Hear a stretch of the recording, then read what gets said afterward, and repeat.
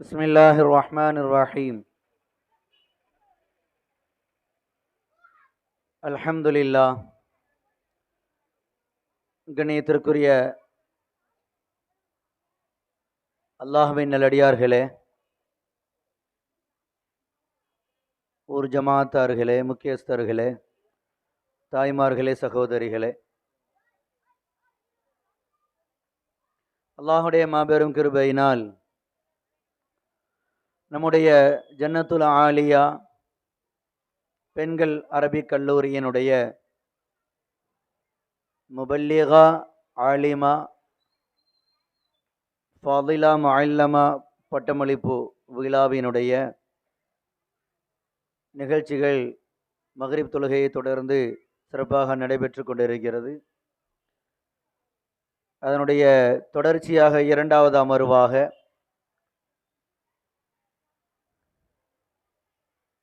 இந்த அமர்விற்கு வருகை தந்திருக்கக்கூடிய, வாழ்த்துறை நிகழ்த்த இருக்கிற எம்என்எம் முஹம்மது இல்யாஸ் உஸ்மானி ஹசரத் அவர்களையும், கேஎஃப் ஜலீல் அஹமத் உஸ்மானி ஹசரத் அவர்களையும், அலி ஹுசைன் பாக்கவி ஹசரத் அவர்களையும், சிறப்பு விருந்தினர்களான மேலப்பாளையத்தினுடைய மண்டல சேர்மன் ஹதீஜா இக்லாம் ஃபாசிலா அவர்களையும், 49வது வார்டு மாமன்ற உறுப்பினர் கண்ணியத்திற்குரிய ஜனாப் கே அலி ஷேக் மன்சூர் அவர்களையும், சதகத்துல்லா அப்பா கல்லூரியினுடைய துணை முதல்வர் முனைவர் எஸ்எம்ஏ சையத் முகமது ஹாஜா அவர்களையும், திமுக நெல்லை மாவட்ட அயலக அணி துணை அமைப்பாளர் ஹாஜி டிஎஸ்எம்ஓ பாதுஷா அவர்களையும், மேலும் சனதுகள் வழங்கி சிறப்புரையாற்ற இருக்கிற கண்ணியத்திற்குரிய எங்களுடைய ஆசிரியர் தந்தை உஸ்மானியா அரபிக் கல்லூரியினுடைய முதல்வர் ஹைதர் அலி மிஸ்பாஹி ஹசரத் அவர்களையும், மற்றும் பட்டம் பெற இருக்கக்கூடிய மாணவியர்கள், அவர்களுடைய பெற்றோர்கள், குடும்பத்தார்கள் அனைவரையும், இந்த விழாவில் கலந்து கொண்டு சிறப்பித்து கொண்டிருக்கக்கூடிய தாய்மார்கள், சகோதரிகள், ஊர் ஜமாத்தார்கள், இளைஞர்கள் அனைவரையும் மீண்டும் ஒரு முறை இந்த விழாவினுடைய ஏற்பாட்டாளர்கள், மதரசாவினுடைய முதல்வர், ஆசிரியர் பெருமக்கள் அனைவரின் சார்பாக வரவேற்பதில் மகிழ்ச்சி அடைகிறோம். மர்ஹபம் பிக்கும் அஹ்லம் வசஹ்லன். முன்னாடி இருக்கக்கூடிய பசங்க இந்த பேசிக்கிட்டு விளையாடிட்டு இருக்காமல் ஸ்டேஜுக்கு பின்னாடி போயிருங்க, இல்லை கடைசிக்கு போயிருங்க. முன்னாடி உட்காந்து பேசி விளையாடிட்டு இருக்க வேண்டாம்.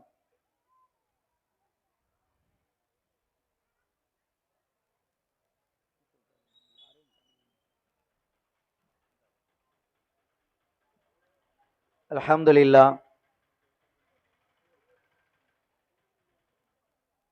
இந்த அமர்விலே அல்லாஹ்வுடைய கிருபையினால் இல்யாஸ் உஸ்மானி ஹசரத் அவர்களும் ஜலீல் அஹமது ஹசரத் அவர்களும் வாழ்த்துரையாற்ற இருக்கிறார்கள். அதைத் தொடர்ந்து ஹைதர் அலி மிஸ்பாஹி ஹசரத் அவர்கள் சனதுகள் வழங்கி சிறப்புரையாற்ற இருக்கிறார்கள். தாய்மார்கள், சகோதரிகள் அங்கங்கே ஓரமாக வாசப்படியில் உட்கார்றதை விட முன்னாடி வந்து உட்கார்ந்தா, நான் ஏற்கனவே சொன்ன மாதிரி, நேரடியாக பேசக்கூடிய பேச்சாளர்களுடைய விஷயங்களை பார்த்து கேட்கும் பொழுது உள்ளத்தில் நேரடியாக சென்று பதிவதில் அது ரொம்ப முக்கியமானது. இந்த அமர்வினுடைய தொடக்கமாக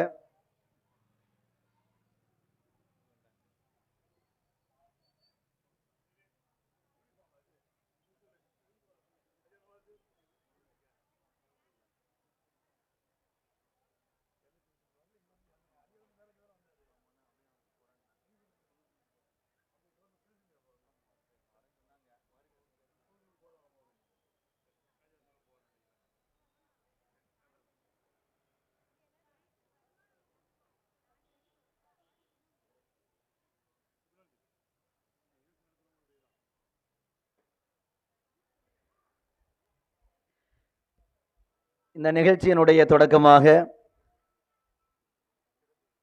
எங்களுடைய ஆசிரியர் தந்தை கண்ணியத்திற்குரிய உஸ்மானியா அரபிக் கல்லூரியினுடைய பேராசிரியர் மௌலவி அல் ஹாஃபிஸ் டாக்டர் எம்என்எம் முஹம்மது இல்யாஸ் உஸ்மானி ஹசரத் அவர்கள் தற்போது வாழ்த்துரை நிகழ்த்துவார்கள்.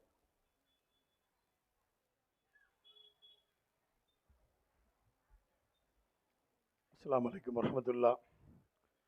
அல்ஹம்துலில்லாஹ்.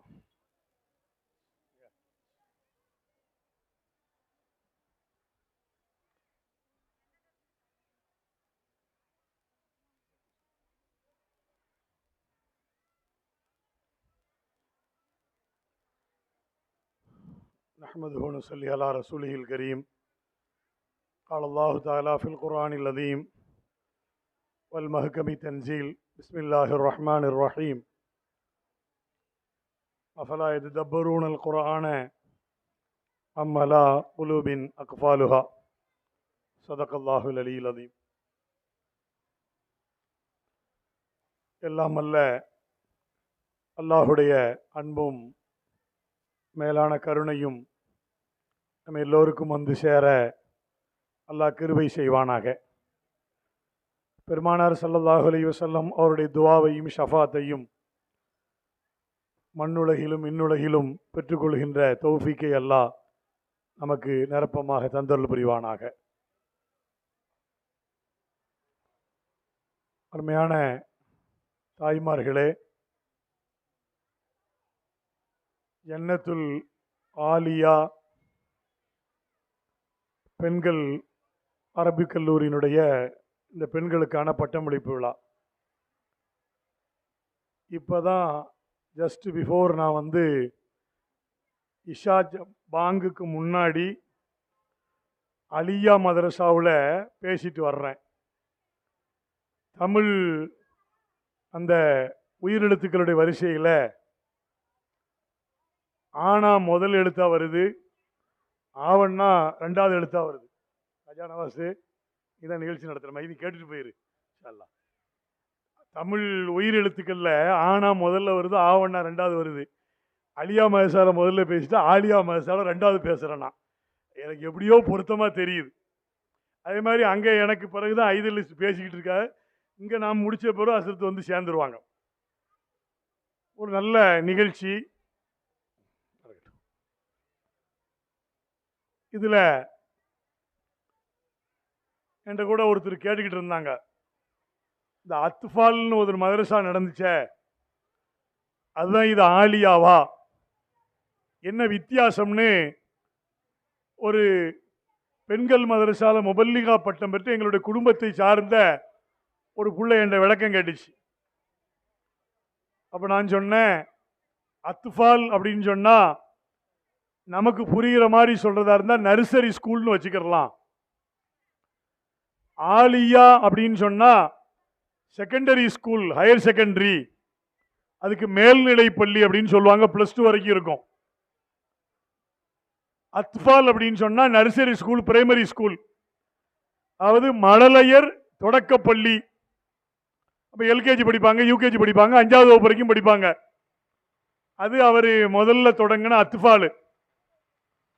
இப்போ அவர் ஆலியா அப்படிங்கிற ஸ்டேஜுக்கு இந்த மதரசாவை வளர்த்து கொண்டு வந்து இப்போ பெரிய ஆட்களுக்கு, பெரிய பெண்களுக்கு ஓதி கொடுத்து இங்கே அவர்கள் பட்டம் பெறுகிறார்கள். நேற்றிலிருந்து இப்போ நம்முடைய ஷாபான் மாதத்தினுடைய மேலப்பாளையத்தில் உள்ள மதரசாக்களுடைய பட்டமளிப்பு விழாக்கள் கிட்டத்தட்ட தொடங்கிடுச்சு. நேற்று ஒரு பெண்கள் மதரசால நான் உரையாற்றக்கூடிய ஒரு சந்தர்ப்பம் எனக்கு கிடைச்சிது. இன்னைக்கு அலியா அரபிக் கல்லூரியில் ஆண்கள் 2 பேருக்கு பட்டம். இன்னைக்கு இங்கேயும் நடக்குது. தொடர்ந்து வர்ற சனிக்கிழமை, ஞாயிற்றுக்கிழமை, நோன்பு வரைக்கும் உள்ள எல்லா சனிக்கிழமை, ஞாயிற்றுக்கிழமைகள், விடுமுறை நாட்களிலே பெண்கள் மதரசாக்களுடைய பட்டமளிப்புலா நிறைய இருக்குது. இதுக்கு இடையில எங்களுடைய உஸ்மானியா அரபிக் கல்லூரியில் வர்ற சனிக்கிழமை அன்னைக்கு அங்கே 20 பேர் ஆலிம் பட்டம் பெறுகிறார்கள். எல்லாமே கோரிலேஷனா இந்த ஷாபான் மாதத்தினுடைய இந்த நாட்களிலே தான் நடக்கிறது. இப்போ நம்ம மதரசாவில் முதல்ல ஜன்னத்துல் அத்ஃபால், இது சின்ன பிள்ளைகளுக்கான மதரசாவாக ஆரம்பிக்கப்பட்டது. அநேகமா அவங்கள கூட சில பேர் வளர்ந்து இன்னைக்கு ஆலியா மதரசால பட்டம் வாங்கிறது கூட வாய்ப்பு இருக்குது. இந்த இடத்துல பிள்ளைகளுடைய இந்த பாய்ச்சல் எந்த அளவுக்கு இருக்குதுங்கிறதுக்கு ஒரு சின்ன சாம்பிள் சொல்லிட்டு நேரம் இருக்குமே ஆனால் வேற சில செய்திகளை உங்கள்கிட்ட நான் ஷேர் பண்ணிக்கிறேன். நம்ம இன்னைக்கு குடியரசு தினம்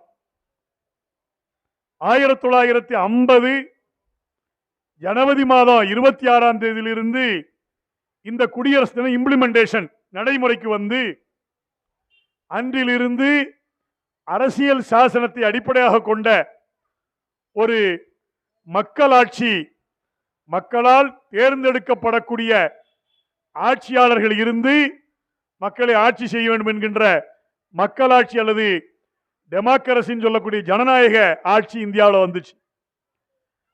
அதுக்கு பிறகு முதல் ஜனாதிபதியாக மதரசாவா இருந்து பிள்ளைங்க மட்டும் இருந்தோம்னா கேள்வியா கேட்பேன். ஆனால் பிள்ளைங்களுக்கு உம்மா, பிள்ளைங்களுக்கு பெத்துமா, பிள்ளைங்களுக்கு மாமட்டுமா, உஸ்தாது பீவிகள் எல்லாரும் சேர்ந்து இருக்கீங்க. கேள்வி கேட்டால் கொஞ்சம் ஒழுக்க குறைவாக தெரியுது. அதனால் நான் கேள்வியாக கேட்காம உங்கள் மனசில் கேட்டுக்கங்க. இந்தியாவினுடைய முதல் ஜனாதிபதி டாக்டர் ராஜேந்திர பிரசாத் அப்படின்னு ஒருத்தர் இருந்தார். அவற்றிலிருந்து தொடங்குச்சு. இப்போ ஒரு பெண் ஜனாதிபதி இருக்காங்க. இதுவரையில் உள்ள ஜனாதிபதிகள்ல சார் வாங்க,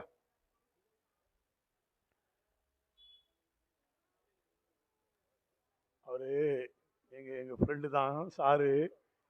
காலையில் விளையாட போவார். அந்த எண்ணத்தில் டிஷர்ட்டோட வந்துட்டார். வேற ஒன்றும் இல்லை, இப்பவே போட்டார். அதை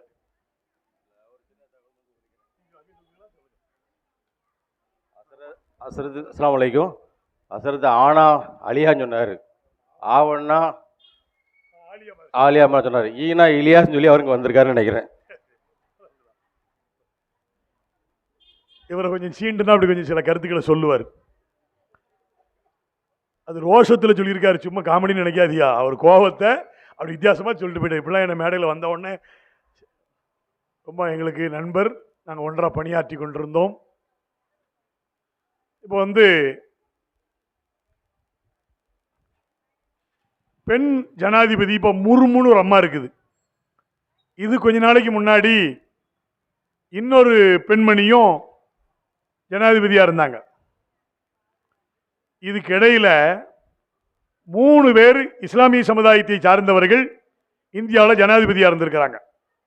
டாக்டர் ராஜேந்திர பிரசாத், ஃபக்ருதீன் அலி அகமது, அதுக்கு பின்னாடி எல்லாரிடத்திலும் ஃபெமிலியரான ரொம்ப எல்லாருக்கும் தெரிஞ்ச ஏபிஜே அப்துல் கலாம். இவரை 2 வகையில் செய்திகளில் இமேஜின் பண்ணுவாங்க.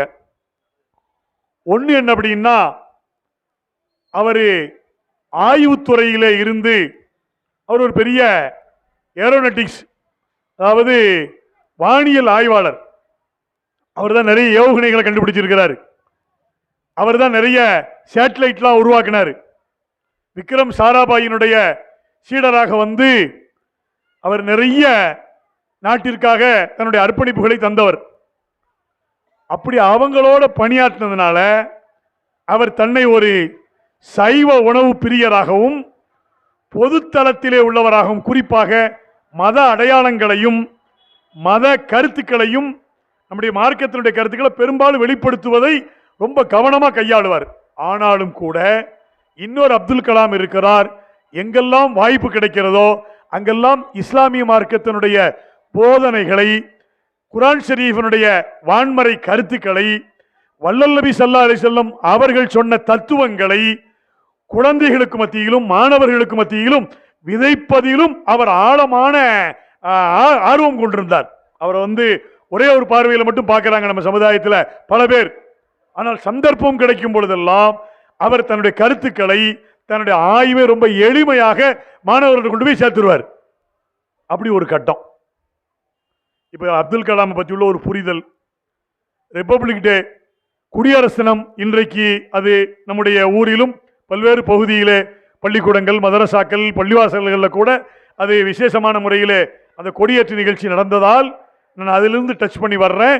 அப்துல் கலாம் அவரை இப்படியும் பார்க்கலாம், இன்னொரு கோணத்தில் நான் சொன்ன மாதிரியும் பார்க்கலாம். மாணவர்களை அப்படியே அவர் என்ன பண்ணுவார் அப்படின்னு சொன்னா, மொபிலைஸ் பண்ணிடுவார், சிந்திக்க தூண்டுவார், அதில் இஸ்லாமிய மார்க்க கருத்துக்களையும் திணித்து விடுவார். அது அவருடைய மிகப்பெரிய டேலண்ட். அதுல ஒரு சின்ன துளி. ஒரு பள்ளிக்கூடத்துக்கு அவர் போறார். அது கொஞ்சம் சின்ன குழந்தைகள் அதிகமாக இருக்கக்கூடிய, சிறிய குழந்தைகள் அதிகமாக இருக்கக்கூடிய ஒரு பள்ளிக்கூடம். அதே மாதிரி நல்ல ஆய்வு லெவல்ல உள்ள பல்கலைக்கழக மாணவர்களுக்கு மத்தியில் உரையாற்றுவார்.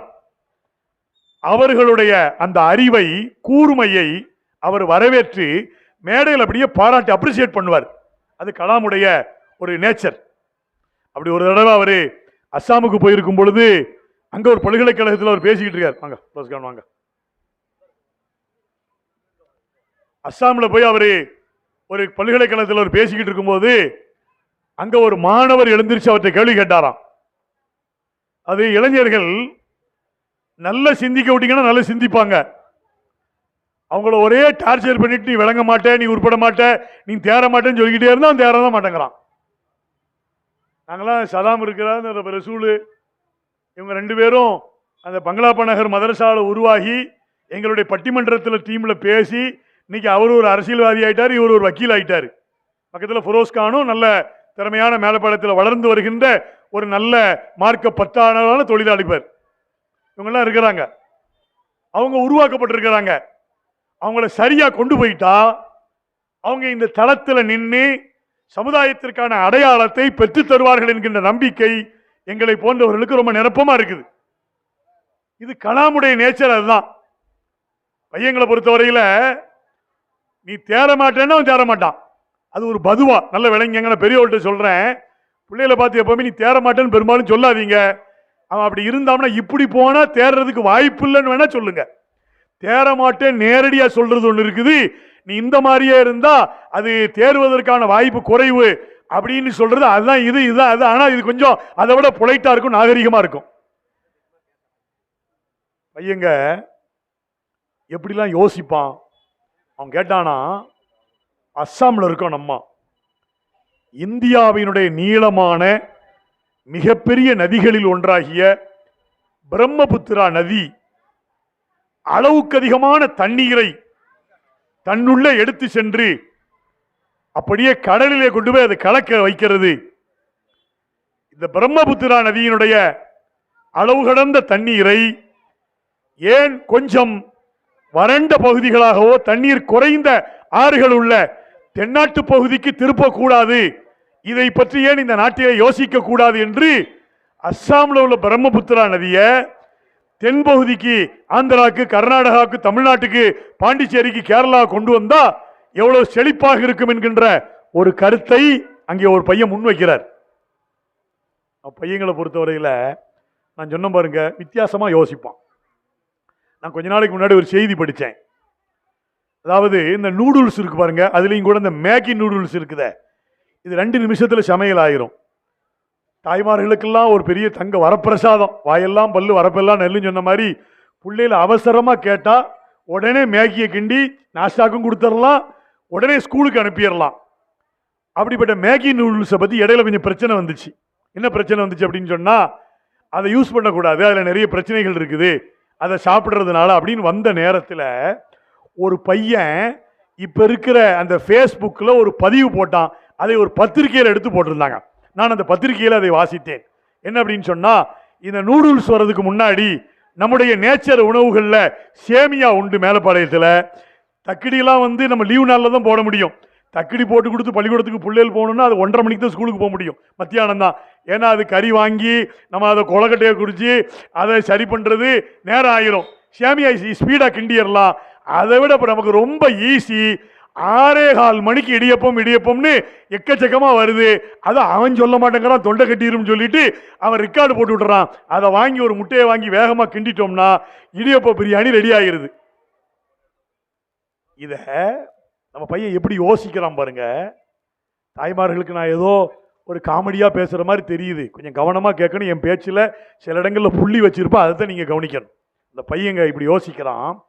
மேகி நூடுல்ஸுக்கு பிரச்சனை வந்த நேரத்தில் கொஞ்சம் திரும்ப இடியப்பத்துக்கு மவுசு கூடுச்சு. அப்போ ஒரு பையன் எழுதுனா, அந்த இந்து இலக்கியத்தில் புராணத்தில் ஒரு செய்தி வரும், தர்மத்தின் வாழ்வுதனை சூது கவ்வும், தர்மத்தின் வாழ்வுதனை சூது கவ்வும், இறுதியில் தர்மமே வெல்லும் அப்படின்னு ஒரு செய்தி வரும். அதை தூக்கி அவன் என்ன செஞ்சான் அப்படின்னா, தர்மத்தின் வாழ்வுதனை சூது கவ்வும் இறுதியில் தர்மமே வெல்லும்ங்கிறத தூக்கி இடியப்பத்துக்குள்ள கொண்டு போட்டு, இடியப்பத்தின் வாழ்வுதனை நூடுல்ஸ் கவ்வும் இறுதியில் இடியப்பமே வெல்லும் அப்படின்னு எழுதினான். இத பெரிய அறிஞர்கள்லாம் பாராட்டினாங்க. ஒரு நாட்டினுடைய யதார்த்தமான ஒரு செய்திய எவ்வளவு ஈஸியா சொல்லிடுறாங்க. இது மாதிரி மிகப்பெரிய திட்டத்தை ஜனாதிபதி கலாம்கிட்ட பையங்க அழகா கேஷுவலா தெளிச்சிட்டு போயிட்டான். பிரம்மபுத்திரா நதியினுடைய தண்ணீரை நீங்கள் திருப்பி தென்னாட்டுக்கு கொண்டு சென்றால் தென்னாடு வளம் பெறுமே என்று சொல்லும் பொழுது கலாம் சொன்னாராம், உங்களை போன்ற இளைஞர்களால் மட்டும்தான் இப்படி சிந்திக்கவும் முடியும், அதை செயலாற்றவும் முடியும், நீங்கள் களத்திற்கு வாருங்கள் என்று கலாம் அழைப்பு விடுத்தார் என்கின்ற ஒரு செய்தியை நான் உங்களிடத்தில் சொல்லிவிட்டு நான் தொடங்கிய இடத்திற்கு வருகிறேன். இது பெரிய பையங்களுடைய இடத்துக்கு கலாம் போகும்போது நடந்தது. நான் எங்கிருந்து தொடங்கினோம்னா, சின்ன பிள்ளைங்க பள்ளிக்கூடத்துக்கு ஒரு தடவை அவர் நிகழ்ச்சிக்கு போறார். அங்க ஒரு புள்ள அவர்கிட்ட எல்லாரும் கேள்வி கேட்கும்போது நிறைய விஷயங்கள் ஆய்வு ரீதியாக கேட்பாங்க, அவற்றிலிருந்து விளக்கம் தேடுவாங்க. ஒரு புள்ள மட்டும் அப்துல் கலாம்கிட்ட கேட்குது, நீங்கள் எங்கே பிறந்தீர்கள்னு கேட்குது. அப்துல் கலாம் எந்த ஊர்ல பிறந்தாரு? ராமேஸ்வரம். அவர் என்ன சொல்றாரு, நான் சொர்க்கத்தில் பிறந்தேன்னு சொல்றாரு. சொர்க்கத்திலையா? எல்லாருமே சொர்க்கத்திலிருந்து வந்திருக்க, நல்ல விளங்க. மினல் ஜன்னத்தி இலல் ஜன்னா தான். சொர்க்கத்தில் ஆதம் அலைஹிஸ்ஸலாம் அவ்வா அம்மையார் இருந்தாங்க. அதுக்கு பின்னாடி அவங்க இங்க வந்தாங்க. நம்மெல்லாம் இங்க பிறந்தோம். நம்முடைய பேறுகால ஏரியா தான் இங்க, வளர்ப்பு ஏரியா தான் இங்க. நம்முடைய தாய்நாடு எது? சொர்க்கம். திரும்ப நம்ம போய் சேர வேண்டிய இடம் எது? சொர்க்கம். அல்லாஹு ஜல்ல ஷானு தஆலா அந்த நிரப்பமான பாக்கியத்தை நம்ம எல்லோருக்கும் அல்லாஹ் சொந்தமாக்கி தருவானாக. கேள்வி எனக்கு சீக்கிரம் முடிச்சு முதல்ல சொர்க்கத்துக்கு போயிடணும். நம்ம எல்லாம் நல்லா ஆமீன் சொல்லிக்கங்க, மனது குளிர ஆமீன் சொல்லிக்கங்க இன்ஷா அல்லாஹ். அந்த புள்ளட்ட அவர் பதில் சொல்றாரு, அவர் ராமேஸ்வரத்தில் பிறந்தார், நமக்கெல்லாம் தெரியும். அவர் சொல்றார், நான் சொர்க்கத்தில் பிறந்தேன்னு சொல்றார். அந்த புள்ள, சார் என்ன சார் சொல்றீங்க? கலாமை பார்த்து அந்த புள்ள சொல்லுது. அவர் உடனே, அது பள்ளிக்கூடம் பார்த்தீங்களா, இந்த மேப் இருக்கும், அங்க ஒரு இந்தியா மேப்பை கேட்டார். நீங்க வந்து இந்தியா மேப்னு நினைச்சுக்கங்க, சைடில் உள்ளத. இந்தியா மேப்ல மேலே இமயமலையிலிருந்து அப்படியே தொடங்கி அப்படி வந்து பார்த்தீங்கன்னா, கீழே வந்து பார்த்தீங்கன்னா கடைசியில் அடிப்பகுதியில் தான் தமிழ்நாடு இருக்கும், இருக்கிறதுலே தெற்க. அந்த தெற்கு காலடியிலே சில முக்கியமான ஊர்கள் இருக்கும். ஒன்று கன்னியாகுமரி இருக்கும், இந்த பக்கத்தில் ராமேஸ்வரம் இருக்கும். ராமேஸ்வரம் எங்க இருக்கும்? ராமநாதபுரத்தில் மண்டபம்ங்கிற ஊர் முடிஞ்ச உடனே அது ஒரு பாலம் ஒன்று வரும், கடல்ல போடப்பட்டிருக்கக்கூடிய ஒரு பாலம் வரும். அந்த பாலத்தை தாண்டினால் பாம்பன் வரும், பாம்பனை தாண்டினால் ராமேஸ்வரம் வரும், ராமேஸ்வரத்தை தாண்டினால் தனுஷ்கோடி வரும், தனுஷ்கோடியை தாண்டினால் அங்கே கடல் வரும். மத்தியில இந்த ஒரு தீவு இருக்குது. அங்க ராமேஸ்வரம்ங்கிற ஒரு ஊர்ல அப்துல் கலாம் பிறந்தாரு. அது இந்திய நாட்டினுடைய அந்த மேப்ல அடிப்பகுதியில் இருக்கிறது. அவர் அந்த புள்ள கேட்கும்போது நீங்க எங்க பிறந்தீங்கன்னு கேட்குது. அவர் என்ன சொல்றாரு, நான் வந்து சொர்க்கத்தில் பிறந்தேன்னு சொல்றாரு. எப்படிங்க சொர்க்கத்தில் பிறந்தேன்னு சொல்றீங்கன்னு சொல்லிட்டு அந்த புள்ள கேட்கும் பொழுது அவர் இந்த மேப் எடுத்து காட்டி சொல்லுகிறார், இந்தியா என்கின்ற இந்த தாய் நாட்டினுடைய காலடி பகுதியிலே தான், கால் பகுதியிலே தான் நான் பிறந்த ராமேஸ்வரம் என்கின்ற ஊர் இருக்கிறது என்று சொல்லிவிட்டு அவர் அடுத்து ஒரு செய்தி அந்த பிள்ளைங்களுடைய மனசுல பதிக்கிறார். அதுதான் கலாம். அவர் சொல்றாரு, எங்கள் நபிகள் நாயம் ஸல்லல்லாஹு அலைஹி வஸல்லம் அவர்கள் சொல்லி இருக்கிறார்கள், அல் ஜன்னத்து தஹ்த அக்தாமில் உம்மஹாத், தாயின் பாதத்தின் அடியிலே சொர்க்கம் இருக்கிறது என்று சொல்லுகிறார்கள். நான் தாய் நாட்டு பாதத்தில் இருக்கக்கூடிய ராமேஸ்வரம் என்கின்ற ஊரிலே பிறந்து இருக்கிறேன், எனவே நானும் சொர்க்கத்திலே தான் பிறந்தேன் என்று அந்த குழந்தையிடத்திலே சொல்லி நபிகள் நாயம் ஸல்லல்லாஹு அலைஹி வஸல்லம் அவர்களுடைய பொன்மொழியையும் அந்த பிள்ளைகளுடைய மனதிலே அவர் பதிய வைத்து விட்டார். நான் இங்கே தாய்மார்களுக்கு சொல்வது, குறிப்பா உஸ்தாதுமார்களுக்கு சொல்வது, நம்முடைய மாணவர்களை மாணவிகளை அவர்கள் வழி தவறி அவர்களுடைய தகவல் தொடர்பின் அடிப்படையிலே சிந்தனை தெளிவின்றி அவர்கள் நடக்கும்போது அவர்களை சரியான டிராக்ல வழிநடத்த வேண்டிய இடத்தில் நாம் எல்லாம் இருக்கிறோம். கலாமுடைய இந்த ஒரு உரை நமக்கு மிகப்பெரிய பாடம். ஒரு பெரிய செய்தியை, ஒரு ஹதீஸை இந்த மேப் வாயிலாக அவர் புரிய வைத்து அந்த குழந்தைக்கு இஸ்லாமிய மார்க்கத்தினுடைய உன்னதமான போதனைகளில் ஒன்றாகிய தாயின் காலடியிலே சொர்க்கம் இருக்கிறது என்கின்ற அந்த செய்தியையும் கொண்டு வந்து சேர்த்தார் பாருங்கள். அதுதான் கலாம். நான் இங்கே பெரியோர்களுக்கும் ஆசிரியர்களுக்கும் நினைவுபடுத்துவேன், நம்முடைய பிள்ளைகளை சரியாக வழிநடத்த வேண்டிய இடத்தில் நாம் இருக்கிறோம். ரசூலுல்லாஹி ஸல்லல்லாஹு அலைஹி வஸல்லம் அவர்கள் சஹாபிய பெண்மணிகளை அப்படித்தான் வழிநடத்தினார்கள். அதன் ஒரு தொடர்ச்சி தான் இன்றைக்கு இது போன்ற பெண்கள் மதரசாக்கள். இங்கே ஓத வருகின்ற நம்முடைய மாணவிகள் சின்ன பிள்ளைகளா இருக்கலாம், வயது வந்த பெரியவர்களாக இருக்கலாம், அல்லது திருமணம் முடித்த பெண்களாக கூட இருக்கலாம். அவர்களை சரியான பாதையிலே செல்ல வைக்க வேண்டிய கடமை நமக்கு இருக்கிறது என்பதை இந்த நேரத்தில் நான் உங்களுடைய கவனத்திற்கு கொண்டு வருகிறேன். பெருமானார் ஸல்லல்லாஹு அலைஹி வஸல்லம் அவர்கள் சஹாபிய பெண்மணிகளிடத்திலே அந்த உணர்வை தந்தார்கள். எந்த இடத்திலும் அவர்களை சிரிப்பாக விட மாட்டாங்க ரசூலுல்லாஹ். ஹதீஸ் ஷரீஃப்ல ஒரு செய்தியை மட்டும் சொல்லி நான் நிறைவு செய்து கொள்கிறேன். பெருமானாருடைய மனைவிகள் 9 பேர் இருந்தாங்க. 2 பேர் வஃபாத் ஆயிட்டாங்க. அதுல சஃபியான ஒரு அம்மா, இவங்க ஹிஜ்ரி 7ஆம் ஆண்டு நடந்த பனி முஸ்தலக் போரிலே யூத குலத்திலிருந்து கைதியாக பிடிக்கப்பட்ட பெண்மணி. அதன் பிறகு பெருமானார் ஸல்லல்லாஹு அலைஹி வஸல்லம் அவர்களை திருமணம் முடித்து மனைவியாக ஆக்கிக்கிட்டாங்க. பெருமானாருடைய மனைவிகளில் ரொம்ப அந்தஸ்து கூர்ந்த குடும்பத்திலிருந்து வந்தவர்களாக கருதப்பட்டவர்கள் அபூபக்கர் சித்திக்குடைய அருமை மகளார் அன்னை ஆயிஷா ரலியல்லாஹு தஆலா அன்ஹா, உமர் ரலியல்லாஹு பெற்றெடுத்த அந்த குலக்கொழுந்து அன்னை ஹப்ஸா நாயகி ரலியல்லாஹு தஆலா அன்ஹா. வாப்ப 2 பேரும் ஃப்ரெண்டு மாதிரி, பிள்ளைங்க 2 பேரும் ஃப்ரெண்டு. அபூபக்கர் சித்திக்கும் உமரும் ஃப்ரெண்டுன்னா ஆயிஷாவும் ஹப்ஸாவும் ஃப்ரெண்டு. ஒன்றும் இல்லைங்க, ஒரே ஒரு நேரத்தில் இந்த இருவரும் சேர்ந்து அன்னை சஃபியா என்கின்ற யூத குலத்திலிருந்து கைதியாக வந்து பெருமானார் ஸல்லல்லாஹு அலைஹி வஸல்லம் அவர்களுக்கு மனைவியாக ஆன அன்னை சஃபியாவை அவருடைய தந்தை குறித்து இப்படி சொன்னார்கள், எபுனத்த யஹூதின்னு சொன்னாங்க. யூதனுக்கு பிறந்தவளேன்னு சொல்லிட்டாங்க. அப்ப நம்மள யாரையாவது ஒருத்தனை நம்ம ஊர்ல இப்படி சொல்ற பழக்கம் முன்னாடி ரொம்ப இருந்துச்சு, இப்ப கொஞ்சம் இருக்குது. என்ன சொல்றது, எனக்கு தோணுன ஒரு குடும்பத்தை சொல்றேன், தப்பா நினைச்சுக்கிடாதீங்க. கொப்புளி குடும்பத்தில் ஒருத்தன் பிறந்திருந்தாம்னா கொப்புளி மோனை இங்க வான்னு கூப்பிடுவாங்க. இது பாசம், இது இன்சல்ட் பண்றது இல்லை, இது ஒரு பாசம். கொப்புளி மோனை இங்க வான்னு கூப்பிடலாம்.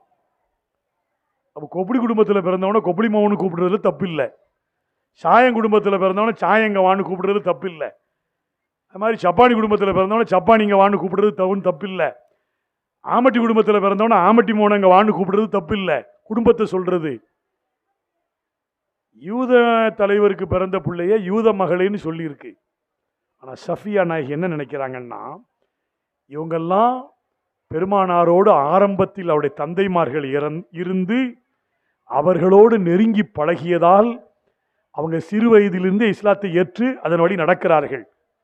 நம்மை அவர்கள் புதிய முஸ்லீம் என்பதை குத்தி காட்டுவது போன்று தெரிகிறது. என்னை இதன் மூலமாக மனதிலே ஆழமான காயத்தை ஏற்படுத்துவதாக நான் புரிந்து கொள்கிறேன் என்று அன்னை சஃபியா அப்படி நினைத்து பெருமானார்ட்ட சொல்றாங்க, அல்லாஹ்வின் தூதர் அவர்களே, நான் உங்களுடைய மனைவி. ஆயிஷாவும் உங்களுடைய மனைவிதான், அப்சாவும் உங்களுடைய மனைவிதான், ஜெய்னபும் உங்களுடைய மனைவிதான், உம்மு சல்மாவும் உங்களுடைய மனைவிதான், மைமூனாவும் உங்களுடைய மனைவிதான், உம்மு ஹபீபாவும் உங்களுடைய மனைவிதான். எல்லாரும் உங்க மனைவிதான். என்ன மட்டும் ஏன் யூதனுக்கு பிறந்தவளைன்னு சொல்லணும்? எனக்கு மிக வேதனையாக இருக்கிறது. யார் ரசூலுல்லாஹ் ரசூலுல்லாஹி ஸல்லல்லாஹு அலைஹி வஸல்லம் அவருடைய மனைவிமார்களை இன்றைக்கு வரலாற்றில் எப்படி அழைக்கப்படும் தெரியுமா? அன்னை கதீஜாவாக இருக்கட்டும், அன்னை ஆயிஷாவாக இருக்கட்டும், அன்னை அப்சாவாக இருக்கட்டும், அன்னை மைமூனாவா இருக்கட்டும், உம்மு சலமாவா இருக்கட்டும், ரமலாவாக இருக்கட்டும், அது மாதிரி சஃபியாவா இருக்கட்டும், அவர்களுக்கெல்லாம் ஒரு காமன் நேம் என்னவென்றால் உம்முல் மூமினீன், மூமீன்களுக்கு தாய் அவர்கள். ஏனென்றால் பெருமானார் ஸல்லல்லாஹு அலைஹி வஸல்லம் அவர்கள் நம்முடைய தந்தையினுடைய அந்தஸ்து. குர்ஆன் ஷரீஃபில் அல்லாஹ் ஜல்ல ஷானு தஆலா ஒரு செய்தி சூரத் அஹ்ஸாப்ல சொல்லுவார், நபி மரணித்ததற்கு பிறகு அவருடைய மனைவிமார்களை நீங்கள் யாரும் திருமணம் முடிக்க கூடாது, அவர்களெல்லாம் உங்களுடைய தாய்மார்கள் நல்லா சொல்லுவான். இதுல ஆயிஷா நமக்கு தாயின்னா, அப்சா நமக்கு தாயின்னா, சஃபியாவும் நமக்கு தாய் தான். அந்த தாய் தாகா நபி இடத்திலே போய் சொல்லுகிறார்கள், அல்லாஹ்வின் தூதர் அவர்களே, நாங்கள் எல்லாரும் ஈக்குவல் தானே, நாங்கள் எல்லாரும் சமம் தானே, என்னை ஏன் அவர்கள் யூதனுக்கு பிறந்தவளேன்னு சொல்றாங்க, என்னுடைய உள்ளம் தாங்கவில்லை அல்லாஹ்வின் தூதர் அவர்களே என்று சொல்லி பெருமானார் இடத்தில் அன்னை சஃபியா வந்து சொன்னவுடன் பெருமானார் ஸல்லல்லாஹு அலைஹி வஸல்லம் என்ன பண்றாங்க தெரியுமா? நான் சொல்ல வந்தேன், நம்மில் ஒருவரை ஒருவேளை அவருடைய சொல்லோ செயலோ அவருடைய காரியங்களோ தவறாக இருந்தால் கூட அவரை சரியான டிராக்ல வழிநடத்த வேண்டியது பொறுப்பு நமக்கு இருக்கும் பொழுது யாரையும் எந்த வகையிலும் கேவலப்படுத்துவதற்கு இந்த சமுதாயத்தில் எந்த மோமினுக்கும் அருகதையும் அனுமதியும் இல்லை என்பதை நான் சஃபியாவுடைய வரலாறு வாயிலாக உங்களுடைய கவனத்திற்கு கொண்டு வருகிறேன். ரசூலுல்லாஹ் என்ன சொன்னாங்க தெரியுமா? ஆயிஷாவையும் அப்சாவையும் அழைத்து சொல்லுகிறார்கள், நீங்கள் பயன்படுத்திய வார்த்தையை கடலில் கரைத்தால் கடல் விஷமாகிவிடும் என்று ரசூலுல்லாஹி ஸல்லல்லாஹு அலைஹி வஸல்லம் அவர்கள் இந்த யூதனுக்கு பிறந்தவளே என்று சஃபியாவை பார்த்து எபனத்த யகூதி, யூதனின் மகளே என்று சொன்னதை பெருமானார் அவ்வளவு பெரிய கடுமையான வார்த்தையாக சொல்லுகிறார்கள். அது வார்த்தை பார்ப்பதற்கு நளினமாக தெரிகிறது, லேசாக தெரிகிறது, அது ஒரு மிகப்பெரிய மூமியினுடைய உள்ளத்தை காயப்படுத்துகிறது. எந்த மூமியினுடைய உள்ளத்தையும் காயப்படுத்துவதற்கு யாருக்கும் அனுமதி கிடையாது. எல்லோரையும் சரியான டிராக்ல வழிநடத்த வேண்டிய இடத்தில்தான் கற்றவர்கள் இருக்கிறார்கள். கற்றவர்கள் அதைத்தான் செய்ய வேண்டும், மற்றவர்கள் அதை பின்தொடர வேண்டும். எல்லாம் அல்லாஹு ஜல்ல ஷானு தஆலா ஆலியா மதரசா கற்றுத்தந்த பாடத்தை நம்முடைய ஆலியாக்கள் சமுதாயத்தில் சென்று சேவையாற்றுகின்ற விதத்தில் அல்லாஹ் அவர்களுக்கு கல்வி ஞானத்தையும் மார்க்க ஒழுக்கத்தையும் அல்லாஹ் நம்ம எல்லோருடைய துவாவின் மூலமாக அல்லாஹ் வழங்கி அருள் புரிவானாக என்று சொல்லி, இங்கே அவர் மைதீன் அப்துல் காதர் எப்போவுமே காஜா நவாஸு கூடயே இருக்கிறார். யாசீனு அவரும் இருப்பார். அவர் இப்போ மூசல் காலையுமே இங்கே சேர்த்துருக்கீங்க. அல்ஹம்துலில்லாஹ், நல்ல டீமு, நல்ல வேலை செய்யுங்க. காமிகள் உண்டா? அதில் சட்டை கொடுத்துருக்கலாமா காமிகளுக்கு அந்த ட்ரெஸ்ஸு எல்லாம் நீங்கள் சிறப்பாக பணியாற்றுங்க. உங்களுக்கு நாங்கள் வந்து சைடில் பக்கத்துணை இப்படி பேச கூப்பிட்டா வந்து செய்திகளை சொல்லி உங்கள் மதரசாவினுடைய முன்னேற்றத்துக்கு தேவையான கருத்துக்களை சொல்லுவோம். எங்கேயாவது நீங்கள் வந்து ஸ்லிப் ஆனீங்கன்னு சொன்னால் அதை கூப்பிட்டு ஓப்பனாக சொல்லிடுவோம். அது எங்கள்கிட்டலாம் ஒரு பழக்கம் என்ன அப்படின்னா, பர்டிகுலர்லி மை செல்ஃப் நான் சொல்லுகிறேன், எங்களுடைய மாணவர்களில் அவர்கள் யாராக இருக்கட்டும், இப்பொழுது அவர்கள் எங்காவது உஸ்தாதா கூட இருக்கட்டும், அவர்கள் பயணிக்கின்ற பாதையில் அவர்கள் சில இடத்தில் அவர்கள் ஸ்லிப்பானார்கள் என்றால் நேரடியாக கூப்பிட்டு இன்னொருத்தர் போய் ஃபித்னாலாம் பேசுறது இல்லை, நேரடியாக கூப்பிட்டு இது சரி கிடையாது, இந்த ரூட்டில் போனீங்கன்னு சொன்னால் நீங்கள் ஊர் மக்களை உங்களுடைய மதரசாவை சரியாக வழிநடத்த முடியாது, எதிர்காலத்தில் உங்களுக்கு இந்த ஊரில் கெட்ட பெயர் வரும், அது நீங்கள் பட்டம் கொடுத்து எங்களுக்கும் சேர்ந்து தான் வரும், உஸ்மானியாவுக்கும் சேர்ந்து தான் வரும் என்று நாங்கள் பலரிடத்தில் சொல்லுகிறோம். சிலர் எங்களில் கூட சில பேர் அதை தொடச்சி போட்டுட்டு அவங்க பாட்டுக்கு போய்கிட்டு இருக்கிறாங்க, வந்தால் வரட்டும்னு அர்த்தத்தில் போய்கிட்டு இருக்கிறாங்க.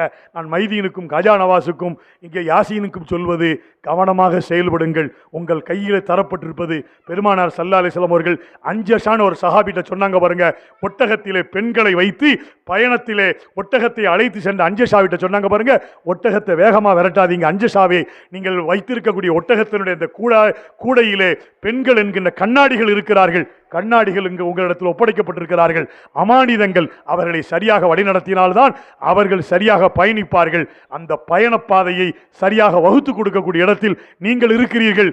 நீங்கள் தவறும் பொழுது நாங்கள் பெருமையோடு சொல்லவில்லை, பெருமிதத்தோடு சொல்லுகிறோம். உங்களுக்கு ஓதி தந்தோம் என்கின்ற அடிப்படையில் உங்களை எங்காவது அது ஒருவேளை தவற மாட்டீர்கள் என்கின்ற நம்பிக்கை இருக்கிறது.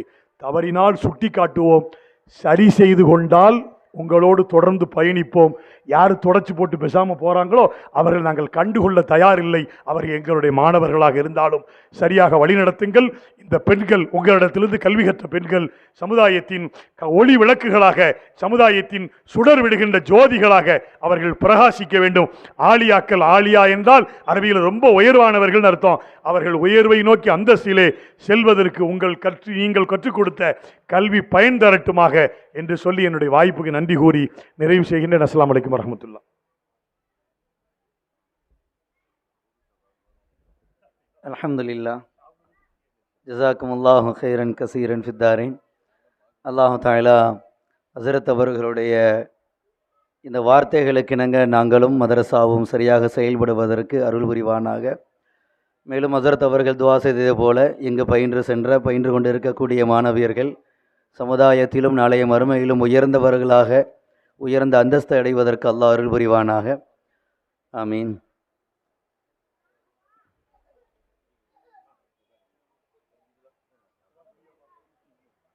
தற்போது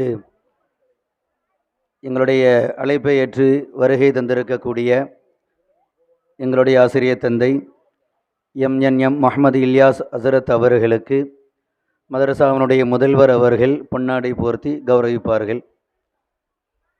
குலு தக்பீர்.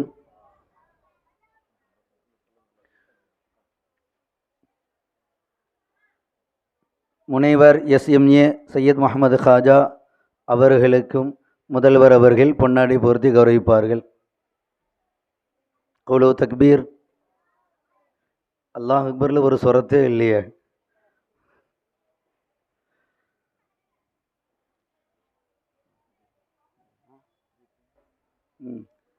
எங்களுடைய அழைப்பை ஏற்று வருகை தந்திருக்கக்கூடிய கணித்திற்குரிய அல்ஹாஜ் ஜிபி ஆட்டோஃபைல்ஸினுடைய உரிமையாளர் சகோதரர் எஸ்ஜி ஃபெரோஸ்கான் அவர்களுக்கு பொன்னாடை போர்த்தி கௌரவிக்கப்படுகிறது.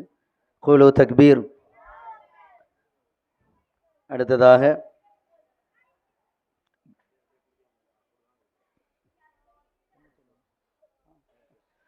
வழக்கறிஞர் சதாம் ஹுசைன் அவர்களுக்கு பொன்னாடை போர்த்தி கௌரவிக்கப்படுகிறது. குலு தக்பீர். தொடர்ந்து பாலை புகாரி அவர்களுக்கு பொன்னாடை போர்த்தி கௌரவிக்கப்படுகிறது.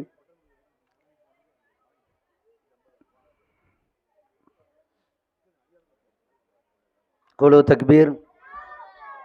அதைத் தொடர்ந்து மொய்தீன் அப்துல் காதிர் உஸ்மானி ஹசரத் அவர்களுக்கு எப்போதுமே உறுதுணையாக இருக்கக்கூடிய சகோதரர் நண்பர் காமில் மீரான் ஃபைசி ஹசரத் அவர்களுக்கு பொன்னாடை போர்த்தி கௌரவிக்கப்படுகிறது.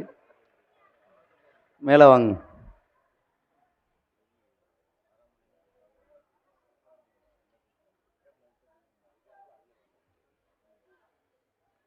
குலு தக்பீர். தொடர்ந்து கணித்திற்குரிய அலி ஜனாப் முனைவர் எஸ்எம்ஏ சையத் முகமது காஜா அவர்கள் சில வார்த்தைகள் வார்த்துரை பேசுவார்கள்.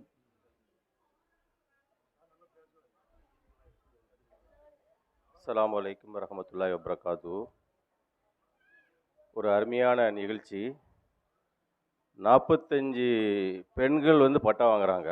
இதில் கவனிக்கக்கூடிய விஷயம் என்னென்னா 45 குடும்பம் வாங்குது அர்த்தம். ஒரு பெண் கல்வி கட்டுறா, ஒரு குடும்பம் கல்வி கட்டுறதுக்கு சமம்பாங்க.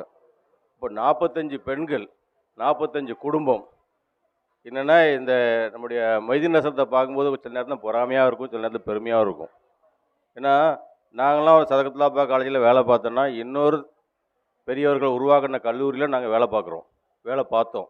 பாசரத்து மாதிரி இருக்காங்களாம், அவங்களாம் இன்னும் வேறவங்க உருவாக்கின கல்லூரி பார்த்தோம். ஆனால் மொய்தீன் ஹசரத்தை பொறுத்த வரைக்கும் இந்த மதரசாவை அவரே உருவாக்கி அவரே நடத்திட்டு வராருன்னா அது பெரிய பாக்கியம். ஏன்னா அவருக்கு என்னென்னா இல்லை இன்னைக்கு வரும்போது இஸ்லாத்தோட்டு வரும்போது அவர்கிட்ட ஒரு சின்ன வார்த்தை பேசினேன்.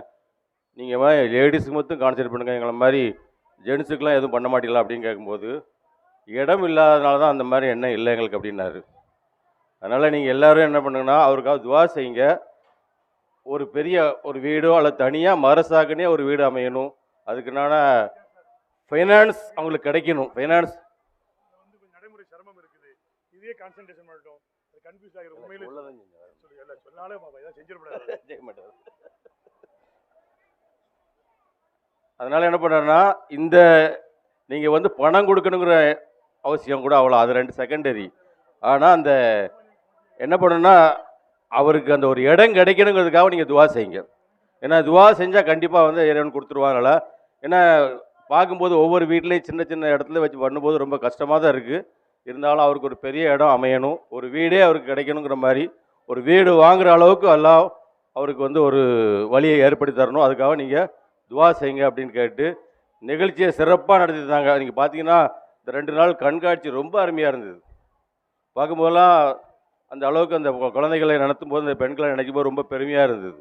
அதனால் இந்த மாதிரி நிகழ்ச்சிகள் இந்த மாதிரி இதுக்கெலாம் எவ்வளவோ செலவு பண்ணுறோம். ஒரு ரீசார்ஜ் பண்ணுறதுக்கு நம்ம ஒரு மாதத்துக்கு எவ்வளோ பண்ணுறோன்னு பாருங்கள். அதனால் இந்த அளவுக்கு மதரசாக்காக நீங்கள் வந்து நன்கொடை கொடுத்தீங்கன்னா அல்லது துவா செய்தீங்கன்னா கண்டிப்பாக இந்த மதரசா இன்னும் சிறப்பாக அமையும் என்று நம்முடைய ஆசிரியத்துமார்கள், அவருடைய துணை நின்றவர்கள் எல்லோருக்கும் என்னுடைய வாழ்த்துக்களை தெரிவித்து விடைபெறுகிறேன். நன்றி. அஸ்ஸலாமு அலைக்கும்.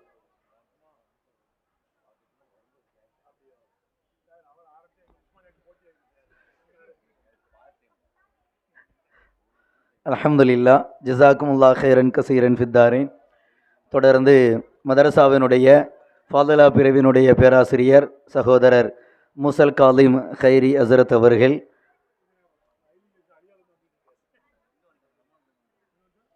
வாழ்த்துரை பேசுவார்கள்.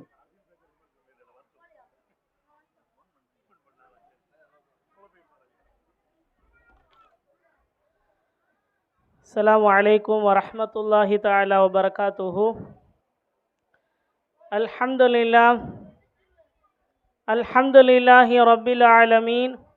الصلاة والسلام على سيدنا محمد وعلى آله وصحبه أجمعين. أما بعد، فقد قال الله تعالى في القرآن العظيم وفي القرآن المجيد: بسم الله الرحمن الرحيم. وعلم آدم الأسماء كلها ثم عرضهم على الملائكة فقال أنبئوني بأسماء هؤلاء إن كنتم صادقين. صدق الله العلي العظيم. புகழும் புகழ்ச்சியுமாகிறது ஏக வல்லோன் அல்லாஹ் ஒருவனுக்கே உரித்தாகட்டுமாக. அவனுடைய சாந்தியும் சமாதானமும் எம்பெருமானார் ரசூலுல் கரீம் ஸல்லல்லாஹு அலைஹி வஸல்லம் அவர்களின் மீதும் அவர்களின் அடிச்சுவற்றை அடிபெறலாமல் பின்பற்றிய உத்தம சத்திய சஹாபாக்கள், தாபிஈன்கள், தபஅ தாபிஈன்கள், நாதாக்கள், ஷுஹதாக்கள், நல்லோர்கள், குறிப்பாக நம் அனைவர்களின் மீதும் அல்லாஹுவின் வற்றாத கருணை என்றென்றும் நின்று நிலவட்டுமாக. ஆமீன். கண்ணியத்திற்குரிய அல்லாஹுவின் நல்லடியார்களே, அல்ஹம்துலில்லாஹ், அல்லாஹுவினுடைய மாபெரும் கிருபையினால் ஜன்னத்துல் ஆலியாவினுடைய பட்டமளிப்பு விழா மிக சிறப்பாக இங்கே நடைபெற்று கொண்டிருக்கிறது. அதனுடைய இறுதி கட்டத்தை நோக்கி அது நகர்ந்து கொண்டிருக்கிறது. இன்னும் சிறிது நேரத்திலே ஹசரத் அவர்கள் வந்து விடுவார்கள். தொடர்ந்து சிறப்புரையும் அதை தொடர்ந்து உண்டான பட்டமளிப்பு நிகழ்ச்சிகளும் நடைபெறும் என்பதை நான் ஆரம்பத்திலே சொல்லியவனாக என்னுடைய சிறிய வாழ்த்துரை நான் ஆரம்பம் செய்கிறேன்.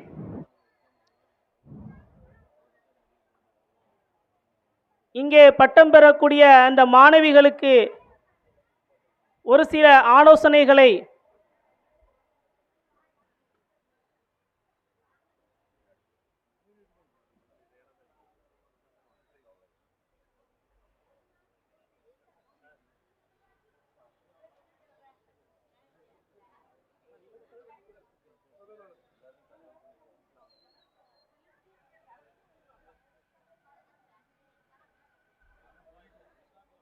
இங்கே பட்டம் பெறக்கூடியவர்கள் வெறுமனே பட்டங்களை வாங்கிவிட்டு சென்று விடாமல் தான் கற்ற அந்த கல்வியின் பிரகாரம் அமல் செய்ய வேண்டும் என்றும் தான் கற்ற அந்த கல்வியை பிறருக்கு அவர்கள் எடுத்து சொல்ல வேண்டும் என்றும் அவர்களுக்கு ஆலோசனை வழங்குகிறேன்.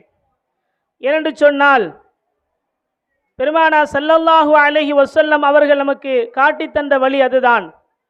பத்ர் யுத்த காலம் முடிந்து சஹாபாக்கள் எல்லாம் அங்கே அமர்ந்திருக்கிறார்கள். எதிரிகளிலே நிறைய பேர் கைதிகளாக பிடிபட்டிருக்கிறார்கள். அந்த கைதிகளை என்ன செய்வது என்ற அந்த ஆலோசனை வந்த பொழுது எம் பெருமானார் ஸல்லல்லாஹு அலைஹி வஸல்லம் அவர்கள் சொன்னார்கள், கைதிகளுக்கு நாம் ஜாமீன் வழங்க வேண்டும். ஆனால் அவர்கள் என்ன செய்ய வேண்டும் என்று சொன்னால், நம்முடைய பிள்ளைகளுக்கு அவர்கள் கற்ற அந்த கல்வியை கற்றுக் கொடுத்து விட்டு அவர்கள் செல்ல வேண்டும் என்று பெருமானார் ஸல்லல்லாஹு அலைஹி வஸல்லம் அவர்கள் மிக அழகிய ஒரு ஆலோசனையை அங்கே வழங்கினார்கள். இங்கே நமக்கு பெருமானார் ஸல்லல்லாஹு அலைஹி வஸல்லம் அவர்கள் உணர்த்துகிறார்கள் என்ன தெரியுமா? நாம் கற்ற கல்வியை நாம் நம்மோடு வைத்துவிடக் கூடாது. நாம் பிறருக்கு அந்த கல்வியை நாம் கொடுக்கும் பொழுதுதான் நாமும் அதிசிறந்த அறிவாளியாக ஆக முடியும் என்பதை பெருமானார் ஸல்லல்லாஹு அலைஹி வஸல்லம் அவர்கள் இதன் மூலமாக நமக்கு கற்றுத் தருகிறார்கள். ஒரே ஒரு நிகழ்வை மாத்திரம் கூறி நான் என்னுடைய உரையை நிறைவு செய்வேன். இமாமனா அபு ஹனீஃபா ரஹ்மத்துல்லாஹி அலைஹி அவருடைய மிகச்சிறந்த மாணவர்களில் ஒருவர் அபு யூசுப் ரஹ்மத்துல்லாஹி அலைஹி அவர்கள். அன்னார் சக்கராத்துடைய நிலையிலே அவர்கள் இருக்கிறார்கள். சக்கராத்துடைய நிலையிலே இருக்கிறார்கள். அந்த நேரத்திலே ஒருவர் வருகிறார். அபு யூசுப் ரஹ்மத்துல்லாஹி அவர்கள் மிகப்பெரிய மார்க்க மேதை, காலியுல் குலாத்தாக இருந்தவர்கள், மிகப்பெரிய சீஃப் ஜஸ்டிஸாக இருந்தவர்கள். அவர்கள் இப்போது சக்கராத்துடைய நேரத்தில் இருக்கிறார்கள். அந்த நேரத்திலே ஒருவர் வந்து ஒரு கேள்வி கேட்கிறார்.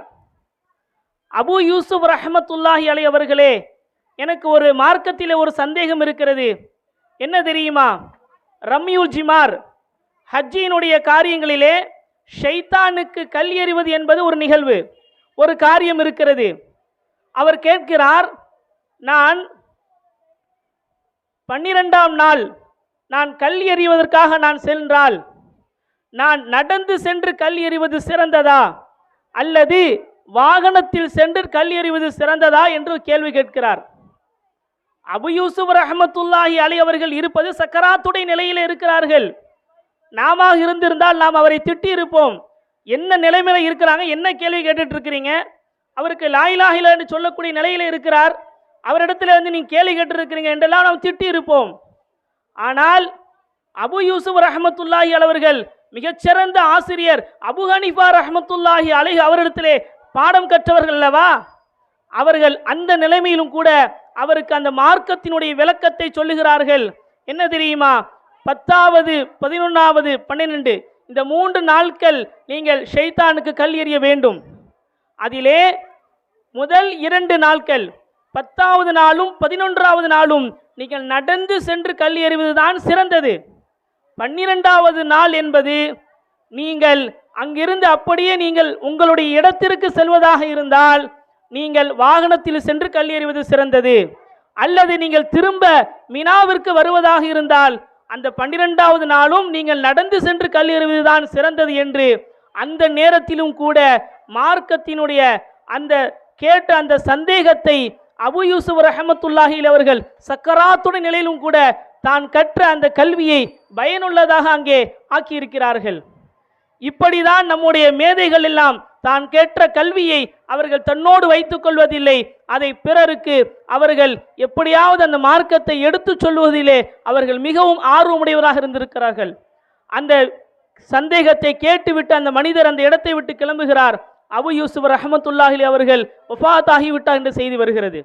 அந்த அளவுக்கு மார்க்க மேதைகள் தான் கற்ற கல்வியை பிறருக்கு அவர்கள் எடுத்துச் சொல்வதிலே மிகவும் ஆர்வமுடையவர்களாக இருந்திருக்கிறார்கள். எனவே இங்கிருந்து பட்டம் பெறக்கூடிய அந்த மாணவிகள் வெறுமனே அந்த பட்டத்தை வாங்கி கொண்டு மார்க்கத்தை தன்னோடு வைத்துக் கொள்ளாமல் தானும் மிகச்சிறந்த ஆசிரியர்களாக அந்த தான் கற்ற அந்த கல்வியை பிறருக்கு கற்றுக் கொடுக்கக்கூடிய ஒரு இடத்திலே அவர்கள் வளர வேண்டும், அவர்கள் இருக்க வேண்டும் என்ற ஒரு ஆசையிலே அவர்களுக்கு ஆலோசனை செய்த வண்ணமாக என் வார்த்தையை நான் நிறைவு செய்கிறேன். வாஹிரு தஅவானா அல்ஹம்துலில்லாஹி ரப்பில் ஆலமீன். அஸ்ஸலாமு அலைக்கும் வரஹ்மத்துல்லாஹி தஆலா வபரகாத்துஹு.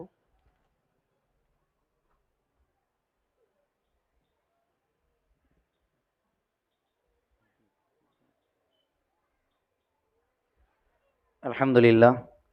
ஜஸாக்குமுல்லாஹ் ஹைரன் கஸீரன் ஃபித்தாரின். சிறப்புரையாற்ற சனதுகள் வழங்கி சிறப்புரையாற்ற வருகை தந்திருக்கக்கூடிய எங்களுடைய ஆசிரியர் தந்தை உஸ்மானியா அரபிக் கல்லூரியினுடைய முதல்வர் கண்ணியத்திற்குரிய ஹைதர் அலி மிஸ்பாஹி ஹசரத் அவர்களை மதரசாவின் சார்பாக ஆசிரியர் பெருமக்கள், நிர்வாக பெருமக்கள், மாணவ மாணவியர்கள் சார்பாக வரவேற்று ஹசரத் அவர்களை பொன்னாடை போர்த்தி கௌரவிக்கிறோம். மதரசா முனைவர் எஸ்எம்ஏ சையத் முகமது ஹாஜா அவர்கள் ஹசரத் அவர்களுக்கு பொன்னாடை பொருத்தி கௌரவிப்பார்கள்.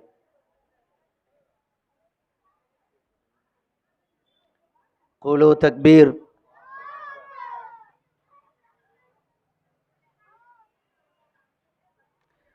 மதரசாவுடைய முதல்வர் மஹிதுன் அப்துல் காதிர் அவர்களுக்கு ஜிபி பெட்ரோல் பல்கினுடைய உரிமையாளர் ஃபெரோஸ் கான் அவர்கள் பொன்னாடை பொருத்தி கௌரவிப்பார். குலு தக்பீர். அல்ஹம்துலில்லாஹ். மாணவிகள் தற்போது இடைகீதம் வாசிப்பார்கள்.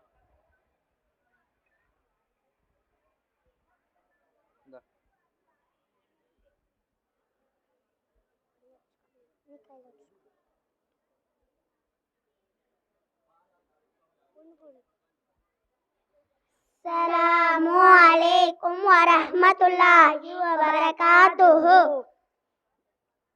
குர்ஆன் சொன்ன ஓங்கவே, நபியின் தூது நிலைக்கவே, ஜன்னத்துல் ஆலியா வளரவே எங்கள் கைகளை ஏந்துகிறோம்.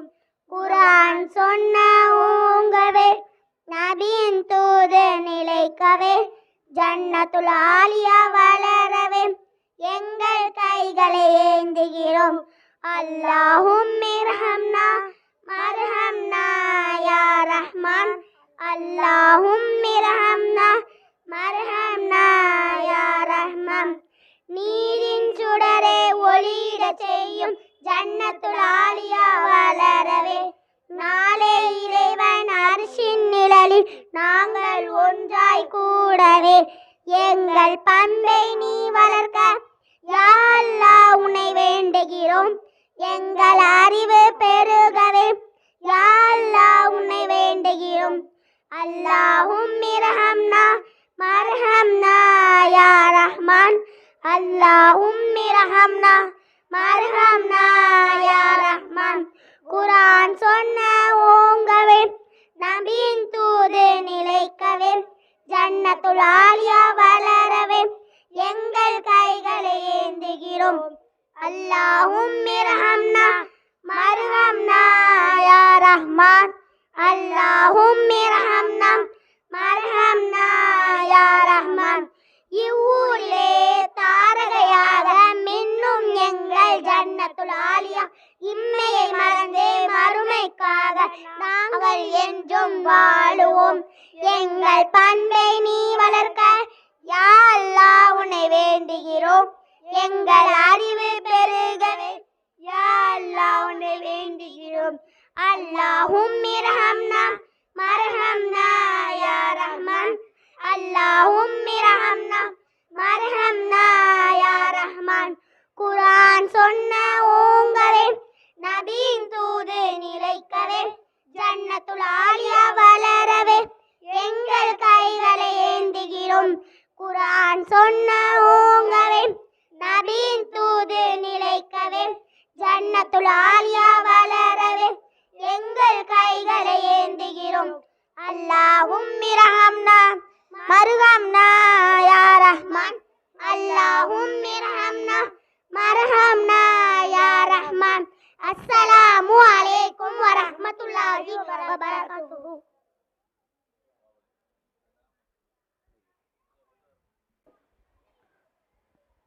அல்ஹம்துலில்லாஹ். தற்போது ஹசரத் அவர்கள் சிறப்புரை நிகழ்த்துவார்.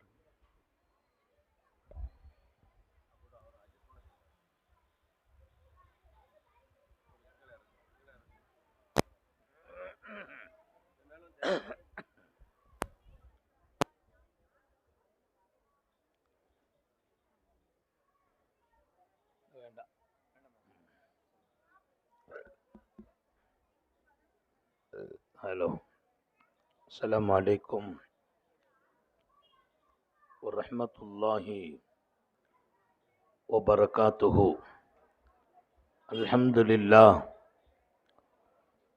நஹ்மதுஹு வ நஸ்தஈனுஹு வ நஸ்தக்ஃபிருஹு வ நூமினு பிஹி வ நதவக்கலு அலைஹி வ நஊது பில்லாஹி மின் ஷுரூரி அன்ஃபுஸினா வ மின் ஸய்யிஆத்தி அஅமாலினா. மை யஹ்திஹில்லாஹு ஃபலா முதில்ல லஹு வ மன் யுضلل ஃபலா ஹாதிய லஹு. வ நஷ்ஹது அன் லா இலாஹ இல்லல்லாஹு வஹ்தஹு லா ஷரீக லஹு வ நஷ்ஹது அன்ன ஸய்யிதனா வ நபிய்யனா வ மௌலானா முஹம்மதன் அப்துஹு வ ரசூலுஹு அர்ஸலஹு பில் ஹக்கி பஷீரவ் வ நதீரா. وداعيا إلى الله بإذنه وسراجا منيرا صلى الله على سيدنا محمد وآله الأبرار وصحابه الأخيار وأزواجه الطيبات الطاهرات. أوصيكم عباد الله وإياي أولا بتقوى الله، أما بعد، فأعوذ بالله من الشيطان الرجيم. بسم الله الرحمن الرحيم. وعباد الرحمن الذين يمشون على الأرض هونا. وقال نبي الله سيد البشر محمد رسول الله صلى الله عليه وسلم: للصائم فرحتان، فرحة عند إفطاره وفرحة عند لقاء ربه. صدق نبي الله صلى الله عليه وسلم. எல்லாம் வல்ல அல்லாஹுவின் அன்பும் மேலான கருணையும் நமக்கெல்லாம் வந்து சேரட்டுமாக. நமது உயிரினும் மேலான கண்மணி ஹாத்தமுன் நபியின் முஹம்மதுர் ரசூலுல்லாஹி ஸல்லல்லாஹு அலைஹி வஸல்லம் அவர்களின் அன்பையும் ஷஃபாஅத்தையும் பெறுவதற்கு அல்லாஹ் நம் எல்லோருக்கும் தௌஃபீக் செய்வானாக. வல்ல ரஹ்மான் நமக்கும் நம்முடைய பெற்றோர், மனைவி, மக்கள், குடும்பத்தார் யாவருக்கும் உயிர் உள்ள வரையிலும் உடல் சுகத்தை நசீபாக்கி தருவானாக. மருத்துவமனை கஷ்டம், அதன் சிரமம், செலவுகளிலிருந்து நிரந்தரமான பாதுகாப்பை அல்லாஹ் நம் எல்லோருக்கும் கொடுத்தருள் புரிவானாக. வானம் பூமியினுடைய ஆபத்துகளை விட்டும், முசீபத்துகளை விட்டும், கெட்ட முடிவுகளை விட்டும் நம்மையும் நம் குடும்பத்தையும் பாதுகாத்து அருள் புரிவானாக. அவனுடைய படைப்புகளின் தீங்குகள் அனைத்திலிருந்தும் நம்மையும் நம் சமூகத்தையும் காத்தருள் புரிவானாக.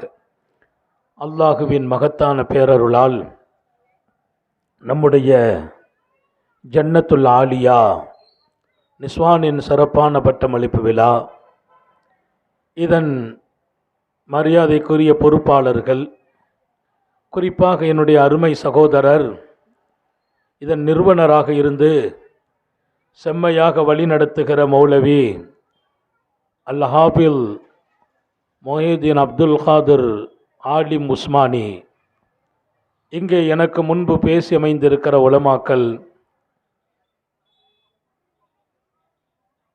மரியாதைக்குரிய மேடையில் அமைந்திருக்கிற புரொஃபசர் முனைவர் ஹாஜா மைதீன் சார் அவர்கள், என்னுடைய அன்பில் எப்போதும் இருக்கிற கருத்தமன்னா சையது முகமது ஹசரத் அவர்களின் செல்வ புதல்வர், நம்முடைய தண்டன்பள்ளியின் இமாமாக பணியாற்றுகிற ஹசரத் அவர்கள் உட்பட மேடையிலும் கீழையும் நிறைய உலமாக்கள், தாய்மார்கள் எல்லோருக்கும் துஆ செய்து துஆவை ஆதர வைத்து, எனக்கு ரொம்ப சந்தோஷம் என்னன்னா, இவ்வளவு பெண்கள் இருந்து சபை இவ்வளவு அமைதியாக இருக்குது. வரலாற்றில் பொன்னெழுத்தால் பதிக்கப்பட வேண்டும். இப்படிப்பட்ட சபைகளை அல்லாஹ் உருவாக்குவானாக. நீங்கள் தான் ஆமீன் சொல்லணும், கொஞ்சம் மெதுவாக சொல்லிக்கங்க. சங்கை மிக்கவர்களே, பின்னால் நிறைய ஆலிம்கள், சமூக மக்கள் இருக்கிறார்கள். மனிதனுக்கு அல்லாஹு தாலா சில தன்மைகளை கொண்டு அவனை உயர்த்துகிறான். ஒவ்வொருத்தங்களையும் அல்லாஹ் தேர்ந்தெடுக்கிறதுக்குன்னு சில காரியம் வச்சிருக்கான். எல்லாரையும் ஒரே மாதிரி அல்லாஹ் வழி நடத்துறது இல்லை, ஒரே மாதிரி எல்லாருக்கும் கொடுப்பதும் இல்லை. அண்ணனுக்கு கொடுத்ததை போல் தம்பிக்கு கொடுப்பதில்லை, அக்கா சந்தோஷமாக வாழ்வதை போல் தங்கை வாழ்வதில்லை. நல்ல ஞாபகம் வையுங்கள், யாரும் தன்னுடைய பெரும் முயற்சியால் ஒன்றும் வளர்வதில்லை. முயற்சி ஒரு காரணம், அவர்களை உயர்த்தி வாழ வைக்கிறவனாக அல்லாஹ் இருக்கிறான். தாய்மார்களுக்கு சொல்கிறேன், இங்கே குழுமி இருக்கிறவர்களுக்கெல்லாம் சொல்கிறேன், ஒவ்வொருவர்களையும் அல்லாஹ் உயர்த்துவதற்கு சில காரணங்கள்.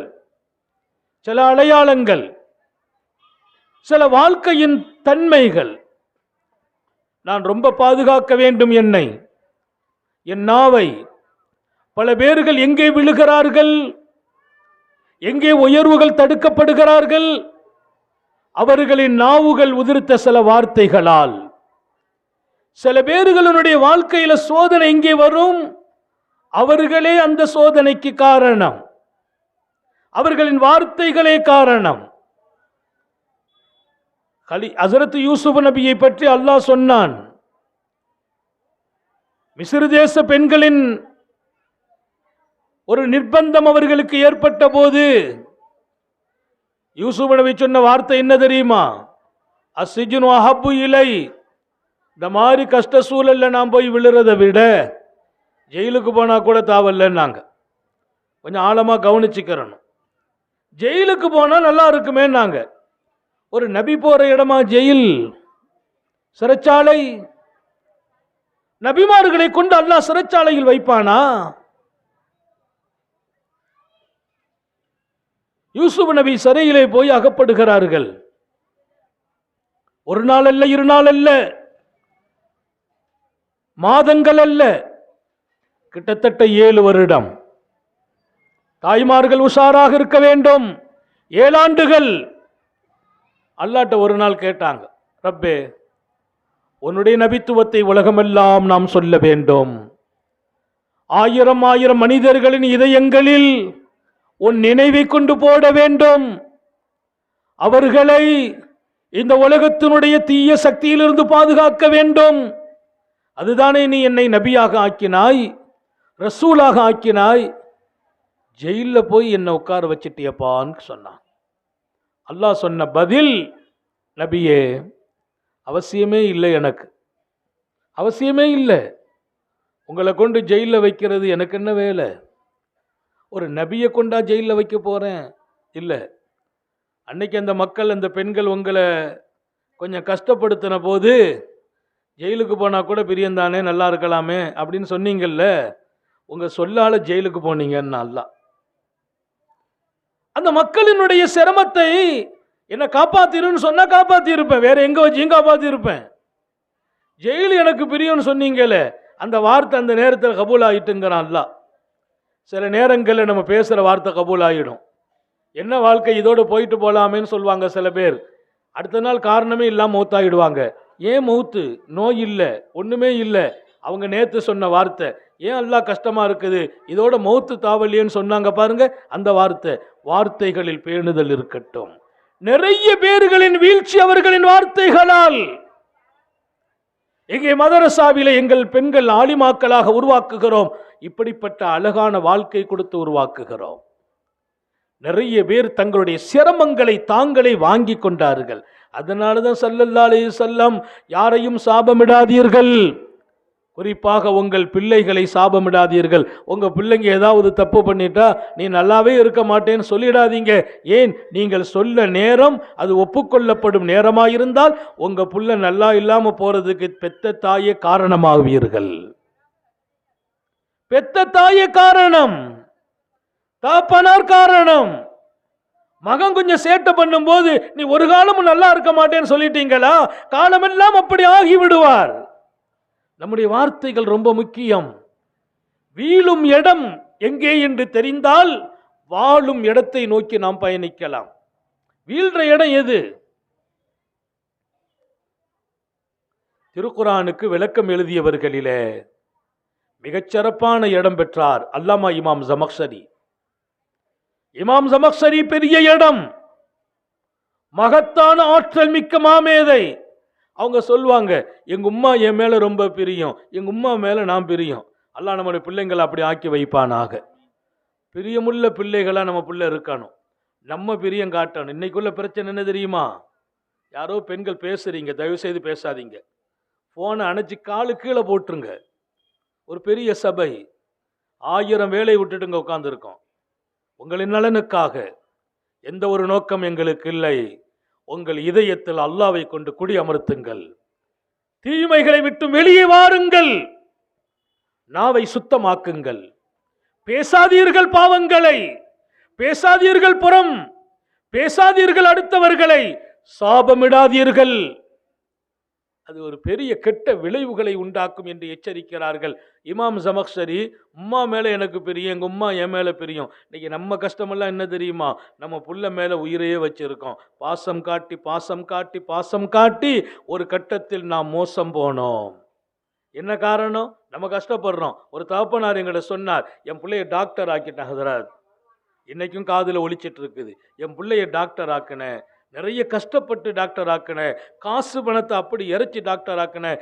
எனக்கு வயசு முடியல, அவன் மருத்துவமனையில் வேலை பார்க்குறான், அவனுக்குன்னு ஒரு தனி ஒரு மருத்துவ சிகிச்சைக்கான ஏற்பாடையும் செய்து விட்டேன். அவன் நல்லா இருக்கிற ஒரு கிளினிக் போட்டு நல்லா இருக்கிறான். காலையில் எனக்கு ரொம்ப சோம் இல்லை, மகனே கொஞ்சம் கஷ்டமாக இருக்குப்பா, என்னை எங்கேயாவது ஒரு டாக்டர்கிட்ட காட்டி அட்மிஷன் போடுன்னு சொன்னேன். அவன் சொன்னான், நான் என் ஊர் எங்கள் ஆஃபீஸுக்கு போயிட்டு அவன் பையனை அனுப்பி வைக்கிறேன், எனக்கு அர்ஜென்ட்டாக போகணுன்ட்டான். ரொம்ப மனசு கஷ்டமாக இருக்குது ஹதரத், மனசு கஷ்டமாக இருக்குது.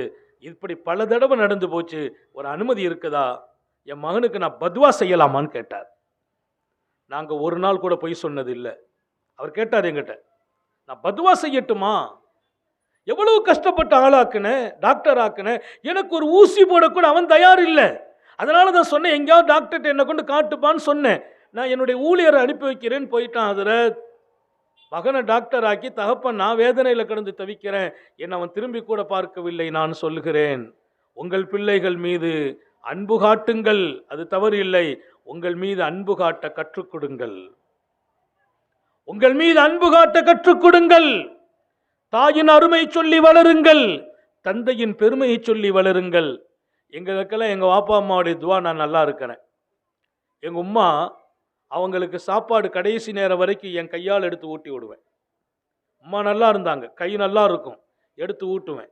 எங்கள் உம்மா கூட்டிகிட்டு எங்கள் தகப்பனாருக்கு கொண்டு போய் சாப்பாடு கொடுப்பேன். அவங்களும் நல்லா கையெல்லாம் நல்லா தான் இருக்கும், அவங்க வாயில் தீட்டி விடுவேன். தினமும் எங்கள் அண்ணன் அதை செய்வார், எங்கள் தம்பிமார்கள் செய்வாங்க, நான் செய்வேன். இன்னைக்கு நல்லா இருக்கிறோம், அவர்களின் ஆசீர்வாதம் துவாக்களாலே. நல்ல புரிந்து கொள்ளுங்கள், உங்கள் மீது அன்புள்ள பிள்ளைகளை உருவாக்குங்கள். நீங்க அன்பு காட்டுறதை தாண்டி அவங்க அன்பு காட்டணும். தாயினுடைய மதிப்பை புள்ள விளங்கணும். ஒரு பிள்ளையின் சொர்க்கமும் நரகமும் தாயின் கண்ணியத்தில் இருக்கிறது, தந்தையின் உபசரிப்பில் இருக்கிறது. இன்றைக்கெல்லாம் பெற்றோர்களை உதாசீனப்படுத்தும் பிள்ளைகள் பிறந்திருக்கிறார்கள், சொல் கேளாத பிள்ளைகள் பிறந்திருக்கிறார்கள். ராத்திரி 12 மணிக்கு வீட்டுக்கு வர்றான், ஏண்டான்னு கேட்டா அவன் கண்டிக்கிறான், வேகப்படுகிறான்.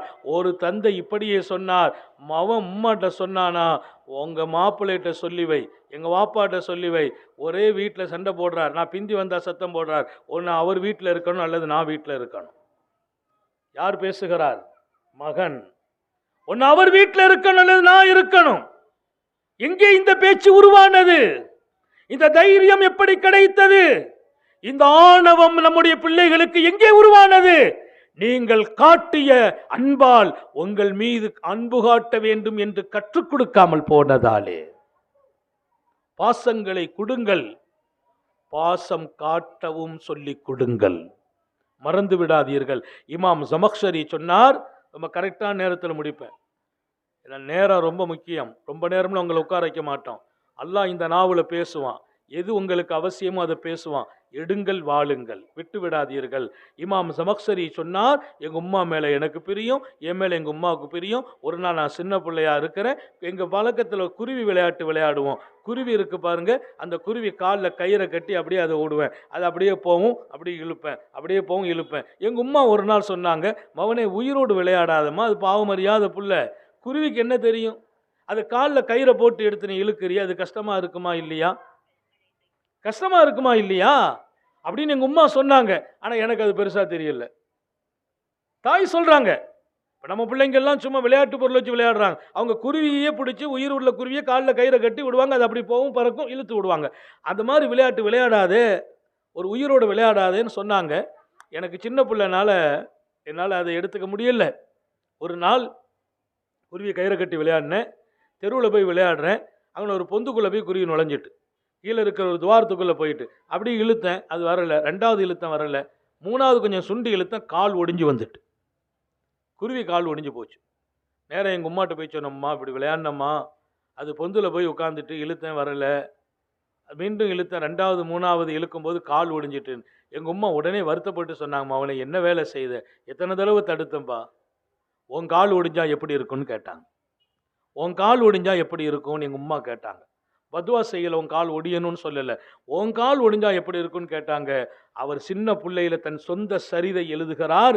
நான் சின்ன பிள்ளையா இருக்கும்போது இது நடந்துச்சு, நான் பெண்ணம்பெரிய ஆளாகிறேன், மார்க்க மேதையாகிறார், சட்ட மேதையாகிறார், மிகப்பெரிய தர்க்க கலை ஆசானாகிறார், திருக்குரானுக்கு விளக்கம் எழுதுகிறார், தப்சீர் கஷாப் என்று ஒரு பிரம்மாண்டமான குரான் விளக்க உரை, அப்படியெல்லாம் ஒரு பெரிய ஆளுமை பெற்று ஒரு காலம் அவர் பயணிக்கிற போது குதிரையில் போகிறார். அந்த குதிரை அந்த வேகத்தில் அவரை தூக்கி வீசுகிறது. குதிரையில் போகும்போது கீழே விழுகிறார். விழுந்தவுடன் கால் ஒடிந்தது.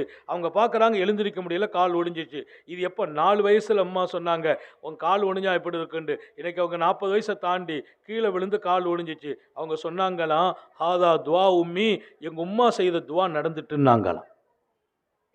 எங்க உம்மா செய்த துவா, மகனே உன் கால் ஒடிந்தால் என்றார்களே, கால் ஒடிஞ்சு போச்சு. தாய்மார்களே, உங்கள் பிள்ளைகளை அவச்சொல் சொல்லாதீர்கள். உங்களுக்கு கட்டுப்படாவிட்டாலும் திட்டாதீர்கள், சாபமிடாதீர்கள். அது பழித்தால் நம்ம தாங்க மாட்டோம். பிள்ளைகளை அன்பு காட்டுங்கள், அரவணையுங்கள், நல்ல சொற்களை சொல்லுங்கள், ஒழுக்கம் சொல்லிக் கொடுங்கள். அல்லாஹ்வோடு ரசூலோடு உங்கள் பிள்ளைகளை பழக்கப்படுத்துங்கள். பள்ளிவாசல் வாழ்க்கையை கொண்டு உங்கள் பிள்ளைகளுக்கு நீங்கள் தொடர்பை உண்டாக்குங்கள். நல்லவர்களோடு பழக வையுங்கள். அவர்கள் போதைகளுக்கு அடிமையாகி போய் சமூகத்தை கலங்கப்படுத்துகிறார்கள். நீங்கள் தான் சரியான ஆசிரியர்கள் என்பதை கவனத்தில் கொள்ள வேண்டும். எனவே சில வார்த்தைகளை கொண்டு சில பேர்கள் வீழ்ந்து போகிறார்கள். பலவேறு சங்கடங்களை சந்திக்கணும். சில பேர்களுக்கு அல்லாஹ் உயர்வை சில நலவுகளை கொண்டும் கொடுக்கிறான். எப்பவுமே வாழ்க்கையில சில பேர் அல்லாஹ் பாராட்டுறான். என் அடியார்கள் என்று சொன்னான். யாரு தெரியுமா? வாழ்க்கையில உயர்வு வந்துச்சு, பணம் வந்துச்சு, பதவி வந்துச்சு, அந்தஸ்து வந்துச்சு, பெரிய வீடு கட்டினோம், சந்தோஷமா இருக்கிறோம். அந்த நேரத்திலும் அவர்கள் அடக்கத்தோடு இருந்தார்கள். ஆணவம் வரவில்லை, பெருமை வரவில்லை, கர்வம் வரவில்லை. ஓ இபாதுர் ரஹ்மான் இல்லதீனா யம்ஷூன அலல் அர்தி ஹௌனா, இந்த பூமியில் அடக்கமாக நடக்கிறார்கள் என் அடியார்கள் என்று அல்லாஹ் பாராட்டுகிறான். அல்லாஹ் நமக்கு தௌஃபீக் செய்வானாக. வசதியெல்லாம் பெரிய விஷயம் இல்லை. பணம் வந்ததுனால அடுத்தவங்களை மதிக்காம போயிடாதீங்க. நம்ம நல்லா இருக்கிறோன்னு பக்கத்து வீட்டை குறையா நினைச்சிடாதீங்க. அடுத்த வீட்டில் சாப்பிட வழி இல்லை, அவங்கள குறைவா பேசுவதா, அவங்கள சங்கடப்படுத்துவதா? உங்க வீட்டில் சமைக்கும் போது பக்கத்து வீட்டில் பசியா இருக்கிறாங்களா, கொடுத்து விடுங்கள் என்றார்கள் நபிகள் நாயகம். எத்தனை அனுசரணையான வாழ்க்கையை கற்றுக் கொடுக்கிறாங்க.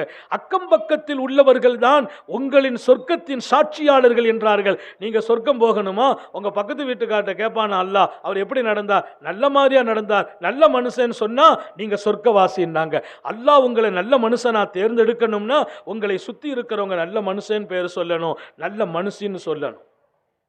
அப்ப எப்படி வாழணும்? அடக்கம் வேணும், பணிவு வேணும், மற்றவர்களை மதிக்கும் வாழ்க்கை வேணும். அடக்கம் வருமா, பணிவு வருமா, மற்றவர்களை மதிக்கிறீர்களா, நீங்கள் ஜொலிக்கிறீர்கள், உங்கள் அந்தஸ்துகள் உயருகிறது. அல்லாஹ் உங்க வாழ்க்கையில இன்னும் செழிப்பை கொடுக்கிறான். அதிலும் குறிப்பாக ரமதானை நோக்கி இருக்கிறோம், ரமதானை எதிர்கொண்டு இருக்கிறோம். இன்னும் சில நாட்களில் ரமதான் வர இருக்கிறது. தாய்மார்களுக்கு நான் சொன்னேன், அன்பர்களுக்கு சொல்கிறேன், நோன்பு பிடிக்கிறோம், எல்லாரும் நோன்பு பிடிக்கிறோம். ஆனால் நோன்பு பிடிச்சாலும் எனக்கு கொடுக்குற கூலியை விட என் மனைவிக்கு கூலி ஜாஸ்தி. ஒவ்வொரு வீட்லையும் நோன்பு பிடிக்கிற போது ஆண்களை விட பெண்களுக்கு கூலி அதிகம். அந்த குடும்பத்தில் கொடுத்து வச்சவங்க நீங்க, என்ன காரணம்னு கேட்டாங்க. அவங்க சொன்னாங்க, நாங்கள் நோன்பு பிடிச்சோம். பெண்கள் யார்? நீங்க நோன்பு பிடிக்கிறதுக்கு சஹருக்கு ஏற்பாடு செய்தீங்க, விழிச்சிருந்து சமைச்சிங்க, நோன்பு திறக்கிறதுக்கு வீட்டில் உட்காந்து டீயை போட்டீங்க, நாஸ்தாவை செய்தீங்க. உங்களுக்கு என்ன கூலி தெரியுமா? நோன்பு பிடிச்ச கூலியும். உங்க வீட்டில் 5 பேர் இருக்கிறாங்க, உங்க வீட்டில் 7 பேர் இருக்கிறாங்க. அந்த 7 பேருக்கு சஹருக்கு ஏற்பாடு செய்து அந்த 7 பேருக்கு மனங்கோணாம நோன்பு திறக்க ஏற்பாடு செய்தீங்களே, அந்த 7 பேர் பிடிச்ச நோன்பின் கூலியும் சேர்த்து உங்களுக்கே கிடைக்கும். அப்போ அவர் நோன்பு பிடிச்சார், அவருக்கும் கூலி கிடைக்கும். அவர் பிடிச்ச நோன்புக்கு அவருக்கு கூலி. அவருக்கு நோன்புக்கு ஏற்பாடு செய்ததால் உங்களுக்கு அவர் நோன்பினுடைய கூலி அவருக்கு குறைக்காமல் அல்லாஹ் உங்களுக்கு கொடுப்பான். என்ன தவம் செய்தீர்கள் தாய்மார்களே, என்ன தவம் செய்தீர்கள்? இதனால எங்க வீட்டில் எப்படி தெரியுமா? அதிகாலையில் 3 மணிக்கெல்லாம் நான் எழுஞ்சிருவேன். எங்கள் வீட்டம்மா நைட்டில் சமைச்சு வச்சிருவாங்க, ராத்திரியில் சமைச்சு வச்சிருவாங்க. நான் 3 மணி 3:30க்கெல்லாம் எழுந்திருச்சு, எங்கள் வீடு பெரிய குடும்பம், எழுந்திருச்சு என்ன செய்கிறது, தொழுது முடிச்சுட்டு வேகமாக சமையல் கேட்டுக்கு போவேன். போய் முட்டையை பொரிக்கிறது, கறியெல்லாம் இருக்கும், முட்டையை பொரிக்கிறது நான் தான் செய்வேன். பெருமைலாம் இல்லை, அப்பொழுது பொரித்து வைப்பேன். தகரை எல்லாம் கழுகி வைப்பேன், சகுனு அது இது தட்டு, அடுப்பில் நைட்டில் சமைச்சது பூரா சூடாக்கிறது, சூடாக்கிட்டு டீயை போட்டு வைக்கிறது, இது எல்லா வேலையும் முடிச்சுட்டு அவங்கள எல்லாத்தையும் எழுப்பி தொலை வச்சுட்டு எல்லாத்துக்கும் சாப்பாடு வைக்கிறது, அவ்வளோ வேலையும் பார்க்கறது. சாப்பிட்டு முடித்த உடனே அந்த சகனெல்லாம் கழுகிறது என் வேலை தான். என்ன நீங்கள் அசரது பெரிய ஆலிமிசா இல்லை, அவங்க எல்லாருடைய நோன்பிலும் அல்லாஹ் அவங்களுக்கு கொடுக்கிற கூலியில் எனக்கும் பங்கு கிடைக்கிறது, நான் விட்டு கொடுக்க முடியுமா? நான் ஆண்களுக்கு சொல்லுகிறேன், உங்கள் வீட்டு வேலைகளில் பங்கெடுங்கள் ரமதானிலே, உங்கள் மனைவியோடு தோள் கொடுங்கள் ரமதானிலே. நான் சாப்பிட சமைச்சு வச்சா கையை கழுவிட்டு வந்து சாப்பிடுறது அது ஒன்றும் தப்பு இல்லை. நீங்க ஹெல்ப் பண்ணுங்கள், நோன்பாளியின் கூலி உங்களுக்கு கிடைக்கும். நோன்பு ரொம்ப முக்கியம். நம்முடைய வீடுகளில் ரமலானில் எந்த வீட்டிலும் பகலில் அடுப்பெறியக்கூடாது. கொஞ்சம் சுகம் இல்லையா, பரவாயில்லை, அல்லாஹ் சொல்றான் அந்த சும ஹைருல்லக்கும், நோன்பு வையுங்கள், அதுதான் உங்களுக்கு சிறந்தது. நோன்பு வையுங்கள், அது ரொம்ப சிறந்தது என்றான் அல்லாஹ். ஏன்? ரமலானிலே நோன்புக்கு என்று அல்லாஹ் ஒரு தனி கூலி கொடுக்கிறான். மறந்து விடாதீர்கள், நான் உங்கள் நினைவில் இன்னும் பதிப்பேன். பாக்கியம் நிறைந்த ரமலான் நம்மிடத்தில் மிஸ் ஆகிடக்கூடாது. எல்லா காலங்களிலும் ரமலானினுடைய அருளுக்காக நீங்கள் காத்திருக்க வேண்டும். இதையெல்லாம் தாண்டி சொல்வேன், ஹாத்தமுன் நபியின் ஸல்லல்லாஹு அலைஹி வஸல்லம் சஹாபாக்கள்கிட்ட படித்து கொடுத்த பாடம் எப்படி தெரியுமா? சின்ன சின்ன பிள்ளைங்க சஹாபாக்கள் அவங்க வீடுகளில் அந்த பிள்ளைங்க என்ன பண்ணுவாங்கன்னா, 10 வயசு இல்லை 4 வயசு பிள்ளைங்க, அவங்கள கூப்பிட்டு வச்சு சாப்பாடு கொடுப்பாங்களாம். சஹரில் கொடுத்துட்டு அப்படியே உட்கார வைப்பாங்க.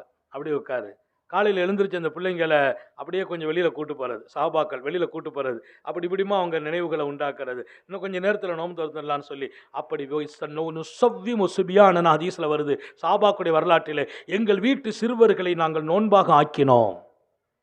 படித்துக் கொடுங்கள் உங்கள் பிள்ளைகளுக்கு, நோன்பின் அருமைகளை உணரச் செய்யுங்கள். நம்முடைய வீடு எல்லாரும் நோன்பாக இருக்கணும். ரமதான் அவ்வளவு புனிதம். அல்லாஹு தாலா உலகத்தில் உங்களை மன்னிக்கிறான் என்றால் அது ரமலானை கொண்டு மன்னிக்கிறான். பெருமானார் ஸல்லல்லாஹு அலைஹி வஸல்லம் சொல்லுவாங்க, உங்களுடைய நோன்புக்கு 2 பாக்கியம் இருக்குது. நோன்பு திறக்கிற போது லிஸ்ஸாயிமி ஃபரஹத்தான், 2 சந்தோஷம் நோம்பாளிக்கு கிடைக்கும். என்ன சந்தோஷம் தெரியுமா? முதல் சந்தோஷம் இந்த இஃப்தார், நோன்பு திறக்கும் போது எல்லாத்தையும் காலையில் இருந்து அமைதியாக இருந்து பசியோடு இருந்து அந்த நேரத்தில் ஒரு சந்தோஷத்தை அல்லாஹ் கொடுப்பானா. நோன்பு திறக்கிறப்போ எல்லாமே ஹாப்பியாக இருப்பாங்க, மகிழ்ச்சியாக இருப்பாங்க. அந்த நேரத்தில் நீ கேட்குற துவா ஒப்புக்கொள்ளப்படுனாங்க. அல்லாஹ் எல்லாருக்கும் தௌபி செய்வானாங்க. அப்போ அந்த கஞ்சி என்ன இருக்குது, வடை என்ன இருக்குது, அது பெண்களுக்குன்னு சொல்கிறேன். சமையல் கேட்டில் எங்கள் வீட்டில் நிற்க விட மாட்டேன். அந்த 5 நிமிஷத்துக்கு முன்னால் வந்து உட்கார வச்சு துவா செய்திடணும். நோன்பு திறக்க 5 நிமிஷத்துக்கு முன்னாலே நீங்கள் துவாவில் உட்காருங்கள். அதுக்கு முந்தைய சமையல்லாம் முடிச்சிடணும். அந்த நேரத்தில் கேட்குற துவா மறுக்கப்படுவதில்லை. நோன்பு ஆடி நோன்பு திறக்கும் நேரம் கேட்கிற துவா எவ்வளோ தேவை இருக்குது நமக்கு, எவ்வளோ நெருக்கடி இருக்கிறது, எவ்வளோ பிரச்சனை இருக்கிறது. என் பிள்ளைக்கு நல்ல மாப்பிள்ளை அமையணும், என் பையனுக்கு நல்ல பொண்ணு அமையணும், வெளிநாட்டில் அவன் நிம்மதியாக இருக்கணும், நோய் குணமாக போகணும், வீடு இல்லை வீடு வேணும், வாழ்க்கையில் எல்லா சந்தோஷம் வேணும். அவ்வளவு தேவையும் கேட்பதற்கு சஹாபாக்கள் எழுதி வைப்பாங்களாம். என்னென்ன தேவை நோட்டில் போட்டு எழுதி வைக்கிறது. வலிமார்கள் சாலியங்கள் எங்கே எழுதி வச்சிருக்கீங்க? ரமலான் வருது, நோம்பு பிடிச்சிட்டு என்ன துவா கேட்டாலும் அல்லாஹ் கபூல் செய்வான், அதற்காக எழுதி வைக்கிறோம். ரமலானுடைய மாதத்துக்கு இன்னொரு பேர் என்ன தெரியுமா? அந்த மாதம் துஆ கேட்கப்படுகிற மாதம், துஆ ஒப்புக்கொள்ளப்படுகிற மாதம். சர்க்கார் ஆலம் ஸல்லல்லாஹு அலைஹி வஸல்லம் சொல்வாங்க, ரமதானுடைய அருமை இந்த சமூகம் விளங்கினார். லவ் தஅலம் உம்மத்தி மா ஃபீ ரமலான் லத்தமன்னு அன் தகூன ஸனத்துக்குல்லுஹா ரமலான். என்னுடைய உம்மத்து ரமலானில் எவ்வளோ பெரிய அருள் நான் வச்சிருக்கிறேன், எவ்வளோ பெரிய சந்தோஷத்தை வச்சிருக்கேன் விளங்கிட்டா காலம்பூரா நோம்பா இருக்கணும்னு ஆசைப்படுவாங்களாம். காலமெல்லாம் நோம்பா இருக்கணும்னு ஆசைப்படுவாங்க. ஏன்? லிஅன்ன தஅவாத முஸ்தஜாபான்னாங்க ஸல்லல்லாஹு அலைஹி வஸல்லம். நீ கேட்கிற துஆ ஒப்புக்கொள்ளப்படும், நீ கேட்கிற துஆ ஒப்புக்கொள்ளப்படும், உன்னுடைய வணக்கம் நிறைவேறும். தொழுகிறோம், இந்த வருஷம் இன்னைக்கு தொழுக கபூல் ஆகிட்டான்னு தெரியாது. ரமலான்ல ஒத்தாத்து மக்பூலா, நீ செய்த வணக்கம் எல்லாம் அங்கீகரிக்கப்படும். ரமலான்ல ஒரு தொழுகை மிஸ் ஆகக்கூடாது, ஒரு தொழுகை மிஸ் ஆகக்கூடாது. ராத்திரி தஹஜ்ஜத் தொழுது பழகுங்கள். உங்கள் அந்தஸ்து உயர்வதற்கு அல்லாஹ் கொடுத்த பாக்கியம் புனிதமிக்க ரமலான். சஹாபாக்கல்ல உமர் இப்னு கத்தாப் ரலியல்லாஹு அன்ஹு ரமலான் வந்துச்சுன்னா சொல்வாங்களா, ஆஹா எங்கள் பாவங்களை விட்டும் எங்களை பரிசுத்தமாக்கும் மாதம் வந்து விட்டது, மர்ஹபன் பி ரமலான், மர்ஹபன் பி ரமலான். உமர் ரலியல்லாஹு அன்ஹு சொல்றாங்க, ரமலானே சோபனம் உண்டாகட்டும், வாழ்த்து உண்டாகட்டும், விமுத்தஹிரினா மினதுனூப், எங்கள் பாவங்களை விட்டும் எங்களை பரிசுத்தமாக்குவதற்கல்லவா நீ வந்திருக்கிறாய். ஒவ்வொரு மனிதனின் பாவத்தை அடியோடு அழித்து கழுகுவதற்காக ரமலான் வருகிறது. விடலாமா? நோன்பு இல்லாமல் கழிச்சிடலாமா? சின்ன சின்ன காரணத்துக்காக நோன்பை விடலாமா? லேசாக தலைவலிக்குது நோன்பை விடுறதா? வயிற்று வலிக்கு நோன்பை விடுறதா? வெளியூருக்கு போகிற நோன்பை விடுறதா? நோயாளிக்கு கூட நோன்பை விடலாம், டாக்டர் வேண்டான்னு சொன்னான். அப்பவும் கொஞ்சம் தெம்பு இருக்கா, வாந்த சூமு கைருள்ளக்கும், நோன்பு வையுங்கள், அது சிறந்தது என்று அல்லாஹ் சொன்னான். எனவே நம்மை நோக்கி வரும் ரமலானை புனிதமாக்குங்கள், பாக்கியமாக்குங்கள். உங்களை மன்னிக்கும் காலம், உங்கள் அந்தஸ்தை உயர்த்தும் காலம். நீங்க ஆயிரம் தேவையோடு இருக்கிறீங்க, உங்க தேவையை அல்லாட்ட கேட்டால் அவன் கொடுக்கும் காலம் ரமலான். அப்படி ஒரு காலம் வாழ்க்கையில் எப்போ வரப்போகுது? அப்படிப்பட்ட ரமலான் நம்மை நோக்கி வருது. இதை நீங்கள் பயன்படுத்த வேண்டும். எங்களுடைய பட்டமளிப்பு விழாவின் இந்த பரக்கத்தால் ஞாபகப்படுத்துகிறேன். எல்லாம் அல்ல அல்லாஹ் பரக்கத்தும் அருளும் நிறைந்த இந்த ரமலானை நமது வாழ்க்கையின் விசேஷமாக்கி வைப்பானாக. அவன் பொருந்தி கொண்ட ரமலானாக ஆக்கி தருவானாக. சோதனைகளிலிருந்து பாதுகாப்பானாக, கெட்ட முடிவுகளிலிருந்து பாதுகாப்பானாக.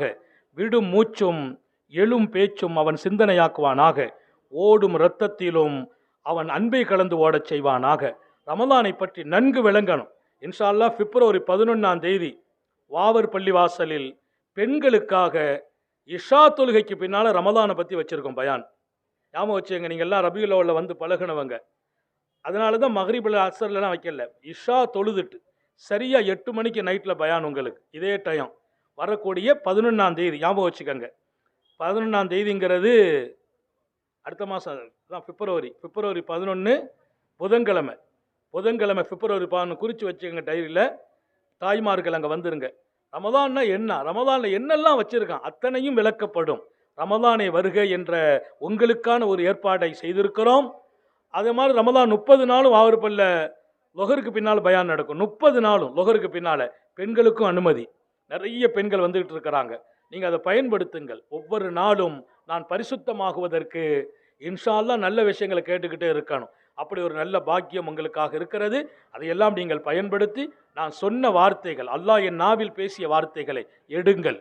பரிசுத்தமான நாவுடையவங்களாகுங்கள். பரிசுத்தமான பார்வை வையுங்கள். யாரையும் குறைச்சி மதிப்பிடாதீர்கள். யாரையும் லேசாக நினைச்சிடாதீங்க. அக்கம் பக்கத்தில் உள்ளவங்களை குறை சொல்லி விடாதீர்கள். உங்கள் பிள்ளைகள் மீது வருத்தப்பட்டு திட்டி விடாதீர்கள். உங்கள் நாவுதான் உங்கள் சோதனைக்கும் காரணமாகிவிடும். அப்படிப்பட்ட நிலையெல்லாம் மாற்றி நமது உயர்வுக்காக ரமலான் வருகிறது. ரொம்ப ரொம்ப பிரயோஜனமாக்குவோம். அல்லாஹ் புரிந்து கொள்வானாக. சோதனைகளிலிருந்து பாதுகாப்பானாக. கெட்ட முடிவுகளிலிருந்து பாதுகாப்பானாக. விடும் மூச்சும் எழும் பேச்சும் அவன் சிந்தனையாக்குவானாக. ஓடும் இரத்தத்திலும் அவன் அன்பு கலந்து ஓடச் செய்வானாக. நாம் பெற்ற பிள்ளைகளை கண்குளிர்ச்சியாக்கி வைப்பானாக. நம்முடைய பிள்ளைகள் ஆணாகட்டும் பெண்ணாகட்டும், பேரன் பேத்திகளாகட்டும், அவர்களை ஆஸ்பத்திரி வாழ்க்கையிலிருந்து பாதுகாப்பானாக. நம்மை பாதுகாப்பானாக. நமது குடும்பத்தை பாதுகாப்பானாக. நம்முடைய பிள்ளைகளுக்கு உரிய காலத்தில் பொருத்தமான ஜோடிகளோடு திருமணங்களை நசீபாக்குவானாக. கணவன் மனைவிக்கு இடையே எங்கெல்லாம் சண்டை நடக்குதோ, பிரிஞ்சு இருக்கிறாங்களோ, அல்லாட்ட கையேந்துகிறோம். குடும்பம் பிரிஞ்சிருந்தால் பரக்கத்தில்லை, சண்டை நடந்தால் பரக்கத்தில்லை. அந்த குடும்பங்களை அன்போடு ஒற்றுமையாக வாழச் செய்வானாக. குழந்தை இல்லாதவர்களுக்கு இரக்கமுள்ள ரப்பு குழந்தை பாக்கியங்களை வழங்குவானாக. நீண்ட நெடிய நாட்கள் நோய் நொடிகள் இல்லாமல் உடல் ஆரோக்கியத்தோடு மன நிறைவோடு இன்பத்தோடு அல்லாஹுவை நின்று வணங்கி வழிபட்டு வாழும் நசீபையும் பாக்கியத்தையும் எல்லாம் அல்ல அல்லாஹ் உங்களுக்கும் எனக்கும், நம்மை ஈன்றெடுத்த தாய் தந்தையர்களுக்கும், நமது மனைவி மக்கள் உற்றார் உறவினர் யாவருக்கும் கொடுத்தருள் புரிவானாக. நமது உயிரினும் மேலான கண்மணி ஹாத்தமுன் நபியின் சர்க்காரை ஆலம் சுந்தர நபிகள் ஸல்லல்லாஹு அலைஹி வஸல்லம் அவர்களை கனவிலும் நனவிலும் கண்டுகளிக்கும் பெரும் பாக்கியத்தை அல்லாஹ் நம் எல்லோருக்கும் கொடுத்தருள் புரிவானாக என்ற நல்ல துஆக்களோடு உங்கள் எல்லோருடைய துஆவை, குறிப்பாக உலமாக்களின் உயிரோட்டமான துஆவை ஆதரவு வைத்து எங்களுடைய மொய்தீன் அப்துல் காதிர் ஆலிம் உஸ்மானி நல்ல சேவை, அவருக்கு தோள் கொடுக்குற எங்களுடைய ஹாஜா நவாஸ், இவங்கெல்லாம் எங்கள் பிள்ளைங்க. நாங்கள் பெத்த பிள்ளைங்கன்னு ஒன்று இருக்கிறாங்க. எங்களுடைய பாசறையில் மடியில் வளர்ந்த பிள்ளைங்க. கல்வியால் அவர்களை நாங்கள் இன்னும் அழகாக்க ஆசைப்படுகிறோம். அவங்க இன்னைக்கு செய்கிற இந்த சேவை எங்களை எல்லாம் மகிழ்ச்சிப்படுத்துது. நீண்ட தூரத்திலிருந்து நான் இங்கே பேசுவதற்காக வந்தேன். அல்லாஹ் இந்த மஜ்லிஸை கபூல் செய்வானாக.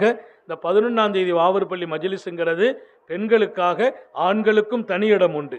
எல்லா ஆண்களுக்காக மஸ்ஜிதை கொடுத்துட்றோம், வெளிபூரம் பெண்களுக்காக வச்சிருக்கிறோம். பயன்பெறுங்கள்.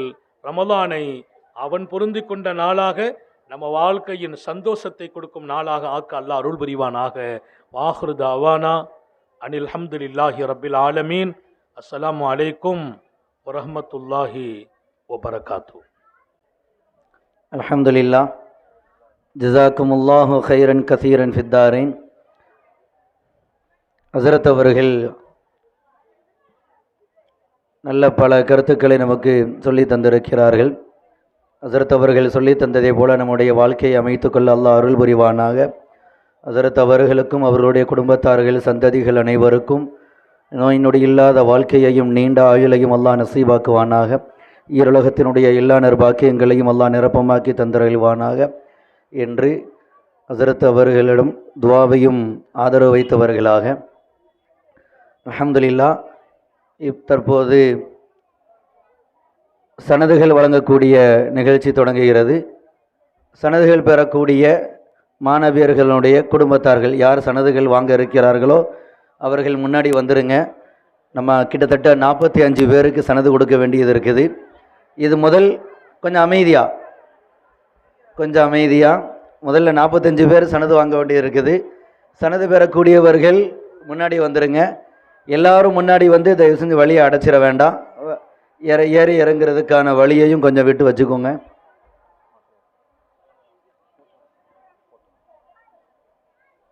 முதல்ல ஒரு தகவலை மட்டும் சொல்லிக்கொள்ள விரும்புகிறேன். சனது கொடுக்கும் பொழுதே சனது பெறக்கூடிய மாணவிகளுக்கான பரிசுகளையும் சேர்த்தே கொடுத்துருவோம். அதில் முபல்லிகா முஅல்லமா சனது பெறக்கூடியவர்களுக்கு குர்ஆன், பர்தா, ட்ராவல் பேக்கு, 3 அடுக்கு பாக்ஸு, கடிகாரம்,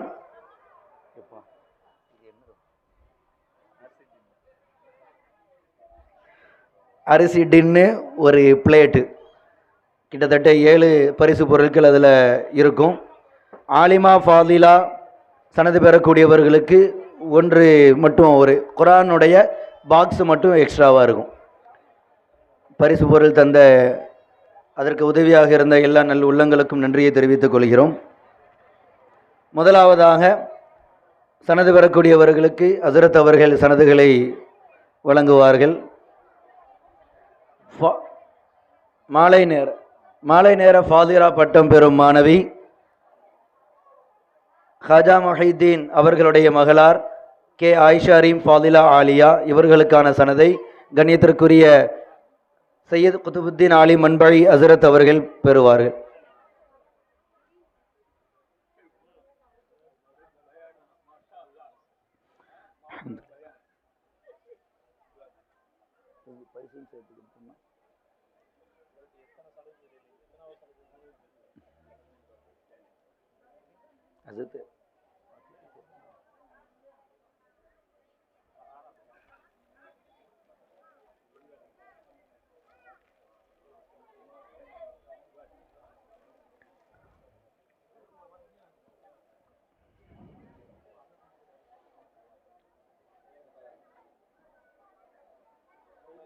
அடுத்ததாக காலை நேர ஃபாதிலா பட்டம் பெறும் மாணவிகள் முன்னி ஷாகுல் அமீத் அவர்களுடைய மகளும் முஹம்மத் இப்ராஹிம் அவர்களுடைய மனைவியுமான ஹமீதா பானு ஃபாதிலா ஆலியா இவர்களுக்கான சனதை அவர்களுடைய கணவர் முஹம்மது இப்ராஹிம் அவர்கள் பெறுவார்கள்.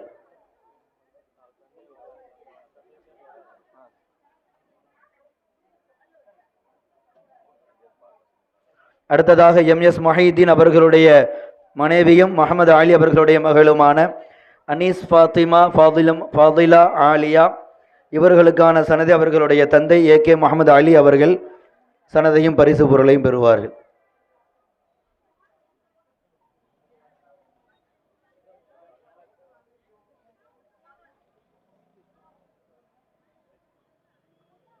AK முஹம்மது அலி அவர்கள்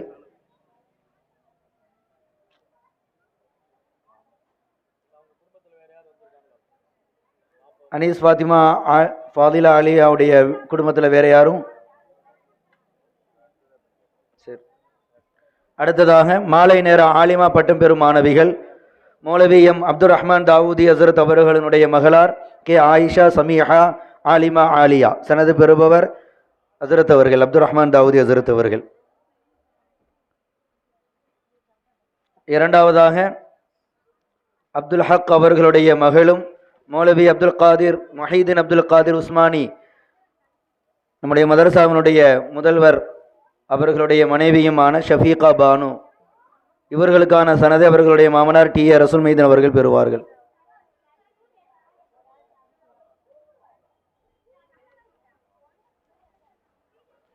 அடுத்ததாக சையீத் அஹ்மத் அவர்களுடைய மகளார் எஸ் அமீர் நிஷா ஆலிமா ஆலியா. இவர்களுக்கான சனதை அவர்களுடைய தந்தை அவர்கள் பெறுவார்கள்.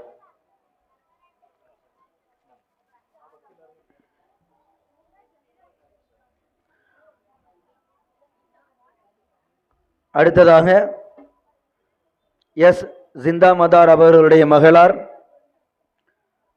எஸ் முஹம்மது அப்சரா ஆலிமா ஆலியா. இவர்களுக்கான சனதி அவர்களுடைய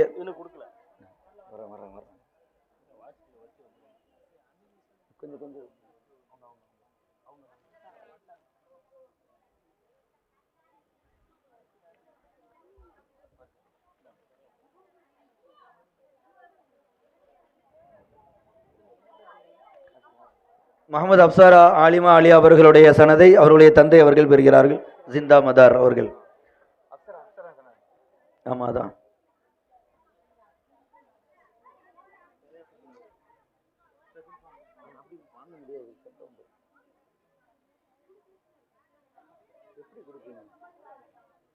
எப்படி மாறும்?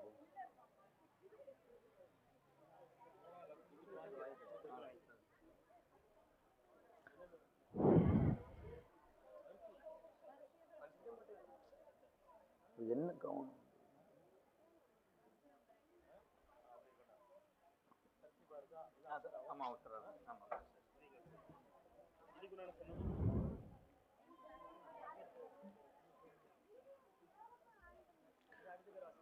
அடுத்ததாக எஸ் எஸ் ஜாகிர் ஹுசைன் அவர்களுடைய மகளார் ஜே நூருல் ஐன் ஆலிமா ஆலியா. இவர்களுக்கான சனதை அவர்களுடைய தந்தை ஜாகிர் ஹுசைன் அவர்கள் பெறுவார்கள்.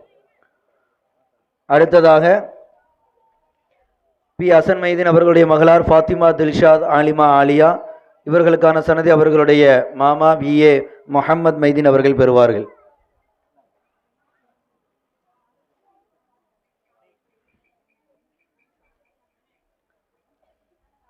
அடுத்ததாக MA ரஹ்மத்துல்லா அவர்களுடைய மகளார் ஆர் முஹம்மத் பர்வீன் பானு ஆலிமா ஆலியா. இவர்களுக்கான சனதை இவர்களுடைய சகோதரர் ஜே ஹாரிஸ் அவர்கள் பெறுவார்கள்.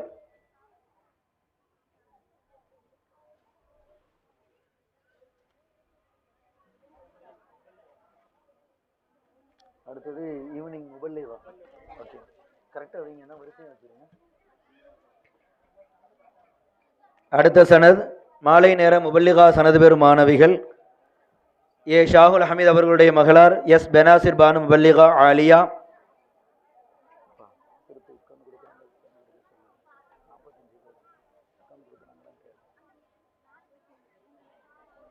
அவர்களுக்கான சனது அவர்களுடைய தந்தை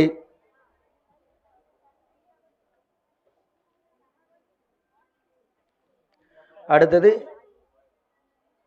இப்ராஹிம் ஷா அவர்களுடைய மகளார் SI சாஜிதா முபல்லிகா ஆலியா. அவர்களோடு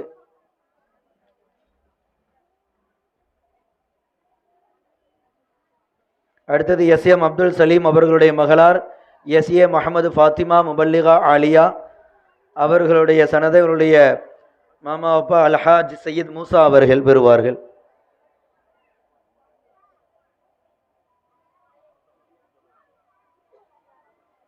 கொஞ்சம் வழி விட்டு நின்றுக்கோங்களேன், கொஞ்சம் வழி விட்டுக்கோங்க.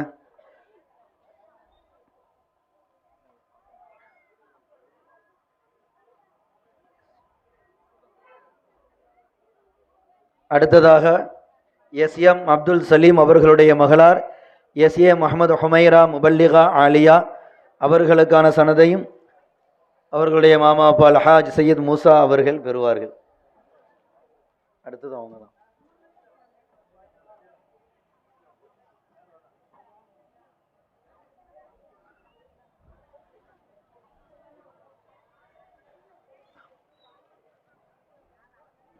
இந்த பசங்களை நோட்டுங்க, வலியுறுத்து. அடுத்ததாக எஸ்ஏ ஷாஹுல் ஹமீத் பாதுஷா அவர்களுடைய மகளார் எஸ்எஸ் ஜமீலா ஃபாத்திமா முபல்லிகா ஆலியா அவர்களுக்கான சனதை அவர்களுடைய மாமா எஸ்கே ஹயாத் அலி அவர்கள் பெறுவார்கள்.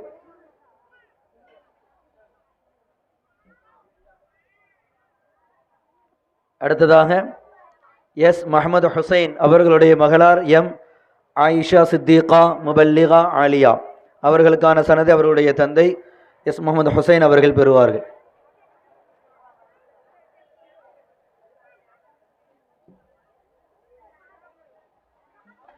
அடுத்தது பி எம் ஹஜ் முகமது பந்தே நவாஸ் அவர்களுடைய மகளார் எம்பி ஃபாத்திமா பர்வீன் முபல்லிகா ஆலியா அவர்களுடைய சனதை அவர்களுடைய தந்தை அவர்கள் பெறுவார்கள். அடுத்ததாக எம் கே இஸ்மாயில் அவர்களுடைய மகளார் ஐ முஸ்தகீமா முபல்லிகா ஆலியா அவர்களுக்கான சனதை அவர்களுடைய தந்தை அவர்கள் பெறுவார்கள்.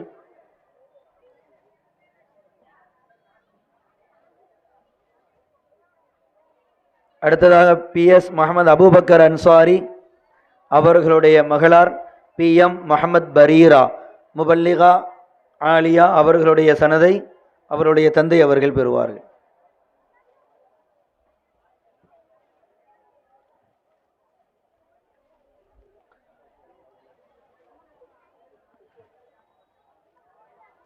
அடுத்ததாக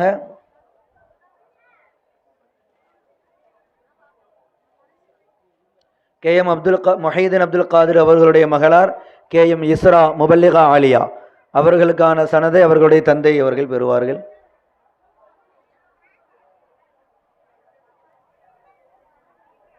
அடுத்தது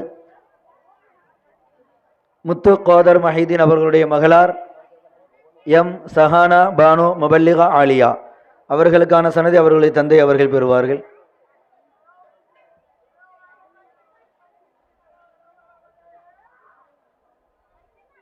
அந்த பக்கத்தில் நிற்காதீங்க, அந்த பசங்களை கொஞ்சம் தள்ளி சொல்லுங்க. அடுத்ததாக ஹயாத்துத்தீன் அவர்களுடைய மகளார் எம் ஹபீசா முபல்லிகா ஆலியா ஹாஃபிஸா முபல்லிகா அலி அவர்களுக்கான சனதை அவர்களுடைய பெரிய தந்தை சையத் அஹமது அவர்கள் பெறுவார்கள்.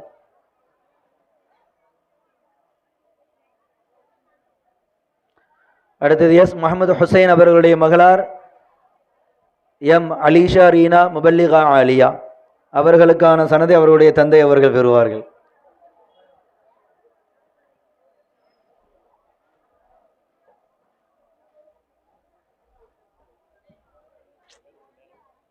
அடுத்ததாக முகமது ஷாஜஹான் அவர்களுடைய மகளார் எம் முஹம்மத் சாலிஹா உல்ஃபத் முபல்லிகா ஆலியா அவர்களுக்கான சனதை அவர்களுடைய தந்தை அவர்கள் பெறுவார்.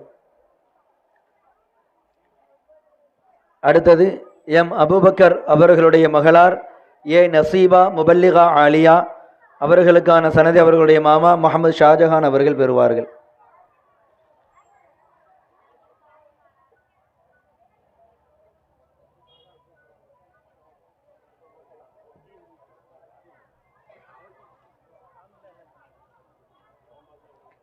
அடுத்ததாக கே எம் முஹம்மத் இப்ராஹிம் ஷா அவர்களுடைய மகளார் எம் தௌஃபீகா முபல்லிகா ஆலியா அவர்களுடைய சனதை அவர்களுடைய தந்தை அவர்கள் பெறுவார்கள்.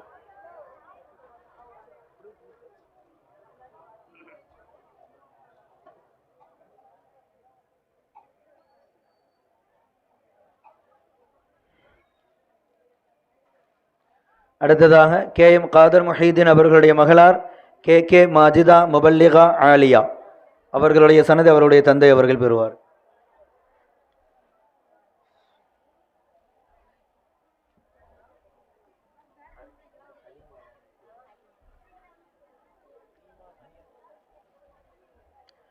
அடுத்ததாக மௌலவி எஸ் அப்துல் ரஹ்மான் தாவூதி ஹசரத் அவர்களுடைய மகளார் ஏ ஹலீமா மரியம் சஃப்வா முபல்லிகா ஆலியா அவர்களுடைய சனதை அவருடைய தந்தை ஹசரத் அப்துல் ரஹ்மான் தாவூதி அவர்கள் பெறுவார்.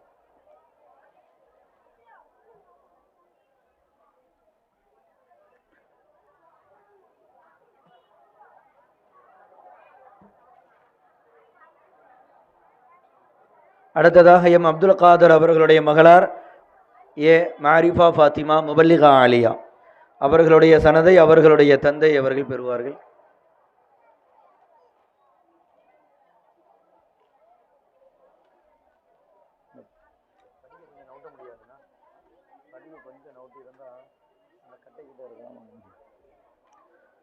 அடுத்ததாக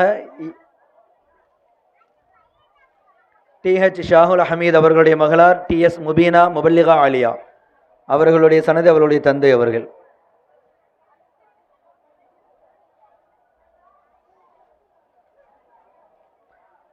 அடுத்ததாக எம் ஜாகிர் ஹுசைன் அவர்களுடைய மகளார் ஜே ஷர்மிளா பானு முபல்லிகா ஆலியா அவர்களுடைய தந்தை அவர்கள் சனதை பெறுவார்.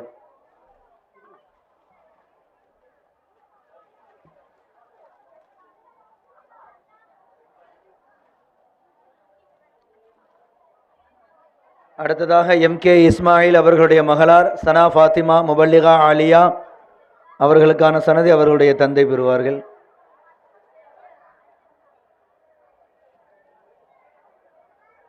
சகோதரர்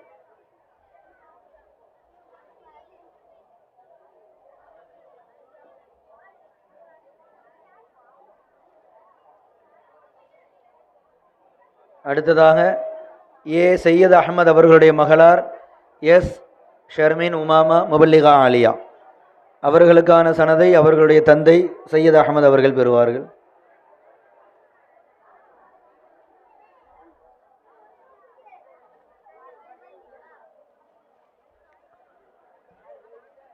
பூலி யூனுஸ் அவர்களுடைய மகளார் பி சபா முபல்லிகா ஆலியா அவர்களுடைய சனதை அவருடைய தந்தை அவர்கள் பெறுவார்கள். மாமா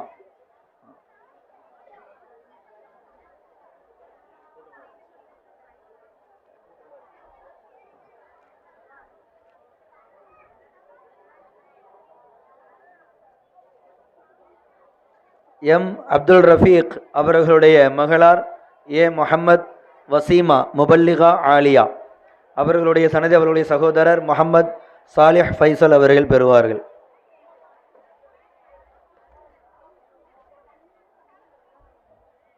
இந்த சனது வாங்கினவங்களில் இந்த பரிசு பொருளுக்கு சொல்லியிருப்பாங்கன்னு நினைக்கிறேன், குறிப்பிட்ட பரிசுகள். அப்படி சொல்லியிருக்கிறவங்க போயிட வேண்டாம். கேபி முகமது யூசுப் அவர்களுடைய மகளார் வஜீஹா ஃபாத்திமா முபல்லிகா ஆலியா அவர்களுடைய சனதை அவருடைய பெரிய தந்தை கேபி மீரான் அவர்கள்.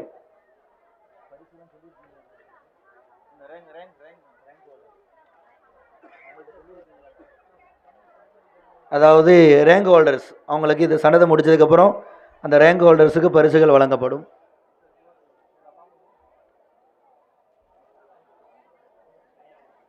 அடுத்ததாக பிஇ பாதுஷா அவர்களுடைய மகளார் எஸ் இஃப்ரத் சாதிகா முபல்லிகா ஆலியா அவர்களுடைய சனதி அவர்களுடைய மாமாப்பா பிஇ பாதுஷா அவர்கள் மாமாப்பா அவர்கள் பெறுவார்கள்.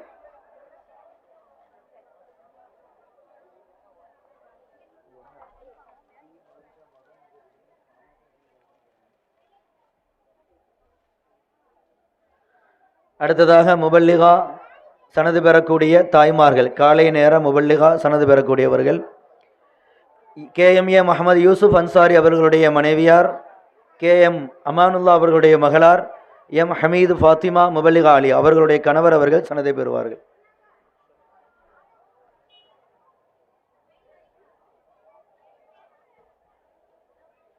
அடுத்ததாக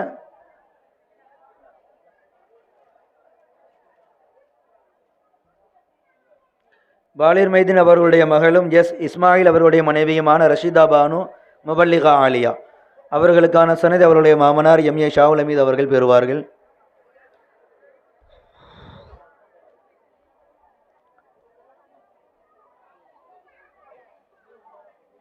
அடுத்ததாக எம் முஹம்மது முஸ்தபா அவர்களுடைய மகளும் எஸ்கே ஷாவல் அமீது பாதுஷா அவர்களுடைய மனைவியுமான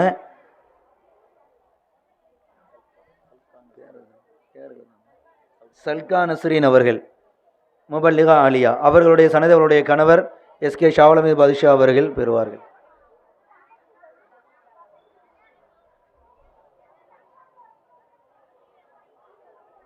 அடுத்தது முஹம்மது அலி அவர்களுடைய மகளார் எஸ்எம் அப்துல் ரஹ்மான் சேட் அவர்களுடைய மனைவியுமான எம்ஏ முஹம்மத் பரீரா முபல்லிகா ஆலியா அவர்களுடைய சகோதரர் எம்ஏ முகமது சைஃபுத்தீன் அவர்கள் சனதை பெறுவார்கள்.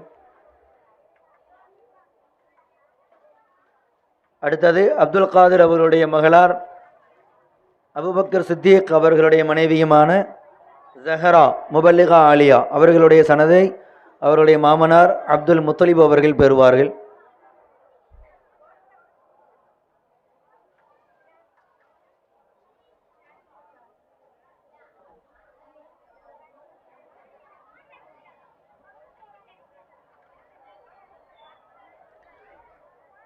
அடுத்தது காலை நேர முஅல்லமா சனது பெறும் தாய்மார்கள்.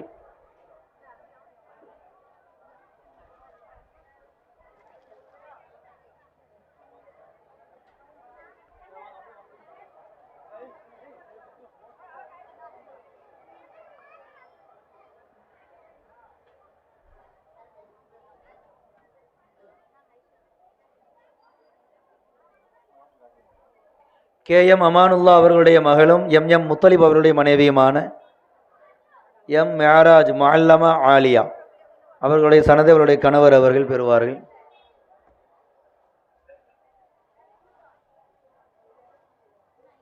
அடுத்ததாக ஏ ஹைதர் அலி அவர்களுடைய மகளும் எம் முஹம்மது தாஹிர் அவர்களுடைய மனைவியுமான ஜன்னத்துல் ஃபிர்தௌஸ் முஅல்லமா ஆலியா அவர்களுடைய சனதை அவருடைய தந்தை அவர்கள் பெறுவார்கள்.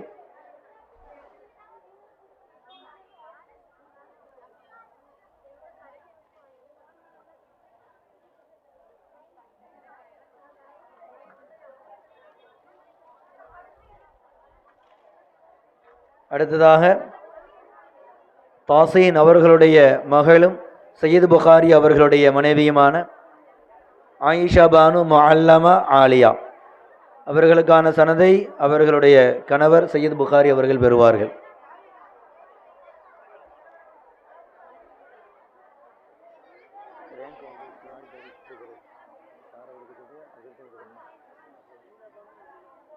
நிறைய இருக்குல்ல,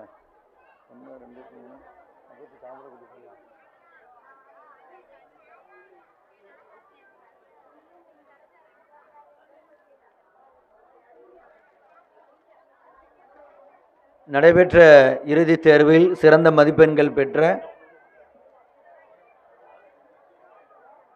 ரேங்க் ஹோல்டர்ஸுக்கான பரிசுகள் வழங்கப்படுகிறது. இவர்களுக்கான பரிசை கண்ணியத்திற்குரிய முனைவர் எஸ்எம்ஏ சையத் முகமது காஜா அவர்கள் இவர்களுக்கான பரிசுகளை வழங்குவார்கள். மாலை நேர காலை நேர ஃபாதிலாக்களுக்கான பரிசு முதல் மதிப்பெண் ஆயிஷா ரீம் ஃபாதிலா ஆலியா.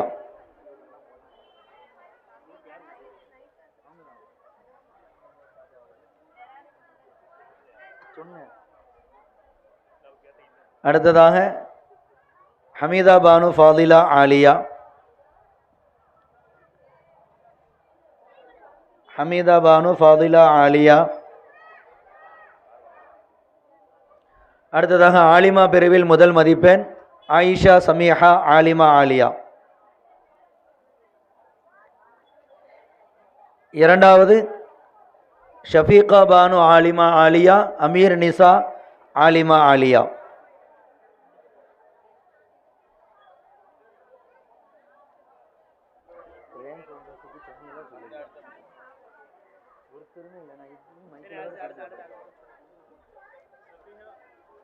அமீர் நிசா ஆலிமா ஆலியா.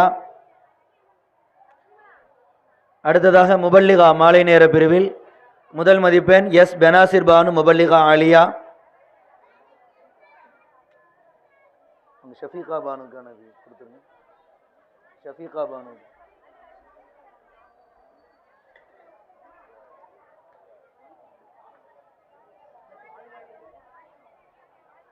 முபல்லிகா ஆலியா, பெனாசிர் பானு, எஸ்ஐ சாஜிதா முபல்லிகா ஆலியா, எஸ்ஏ முகமது ஃபாத்திமா முபல்லிகா ஆலியா. காலை நேர முபல்லிகா பிரிவில்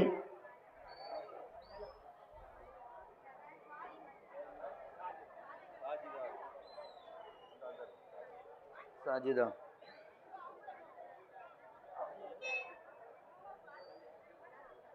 முகமது ஃபாத்திமா கானது, முகமது ஃபாத்திமா மூணாவது. அடுத்தது காலை நேர முபல்லிகா ஹமீது ஃபாத்திமா முபல்லிகா ஆலியா முதல் மதிப்பெண், ரஷிதா பானு முபல்லிகா ஆலியா இரண்டாவது. காலை நேர முஅல்லமா பிரிவில் எம் மேராஜ் முஅல்லமா ஆலியா. ஓகே, ஜஸாக்கல்லாஹ் சார், ஜஸாக்குமுல்லாஹ் கைரன் கஸீரன் ஃபித்தாரின். அல்ஹம்துலில்லாஹ். இந்த பட்டமளிப்பு நிகழ்ச்சியினை எந்த விதமான தடைகளும் சிரமங்களும் இல்லாமல் சிறப்பாக நடத்தி தந்த அல்லாஹுக்கே எல்லா புகழும். இந்த நிகழ்ச்சிக்கு மேராஜ் மேராஜ் முஅல்லமா ஆலியா, மேராஜ் முஅல்லமா ஆலியா.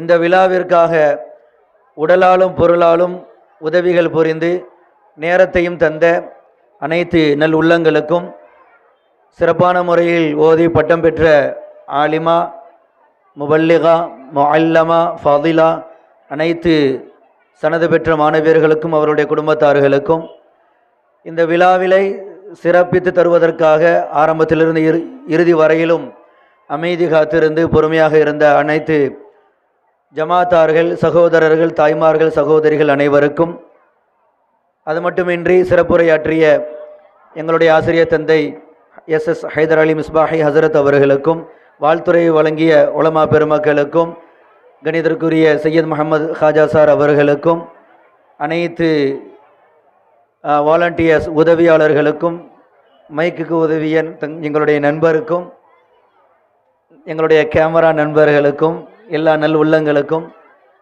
அல்லாஹு தஆலா ஈரலகத்தினுடைய எல்லா நற்பாக்கியங்களையும், ஆசிரியர் பெருமக்கள், உடனிருந்த மாணவியர்கள், சகோதரிகள் அனைவருக்கும், எங்களுக்கு மதரசா நடத்துவதற்காக இல்லங்களை தந்து உதவிய குடும்பத்தார்களுக்கும் வீட்டார்களுக்கும் அல்லாஹ் தஆலா நீண்ட ஆயுளையும் நோயில்லாத வாழ்க்கையையும் ஈரலகத்தினுடைய எல்லா நற்பாக்கியங்களையும் அல்லாஹ் தந்தருள்வானாக என்ற துஆவோடு நன்றியோடு நிறைவு செய்கிறோம். இந்த நன்றியோடு நிறைவு செய்கிறதுக்கு முன்னாடி எங்களுடைய மைக் நண்பர்களுக்கு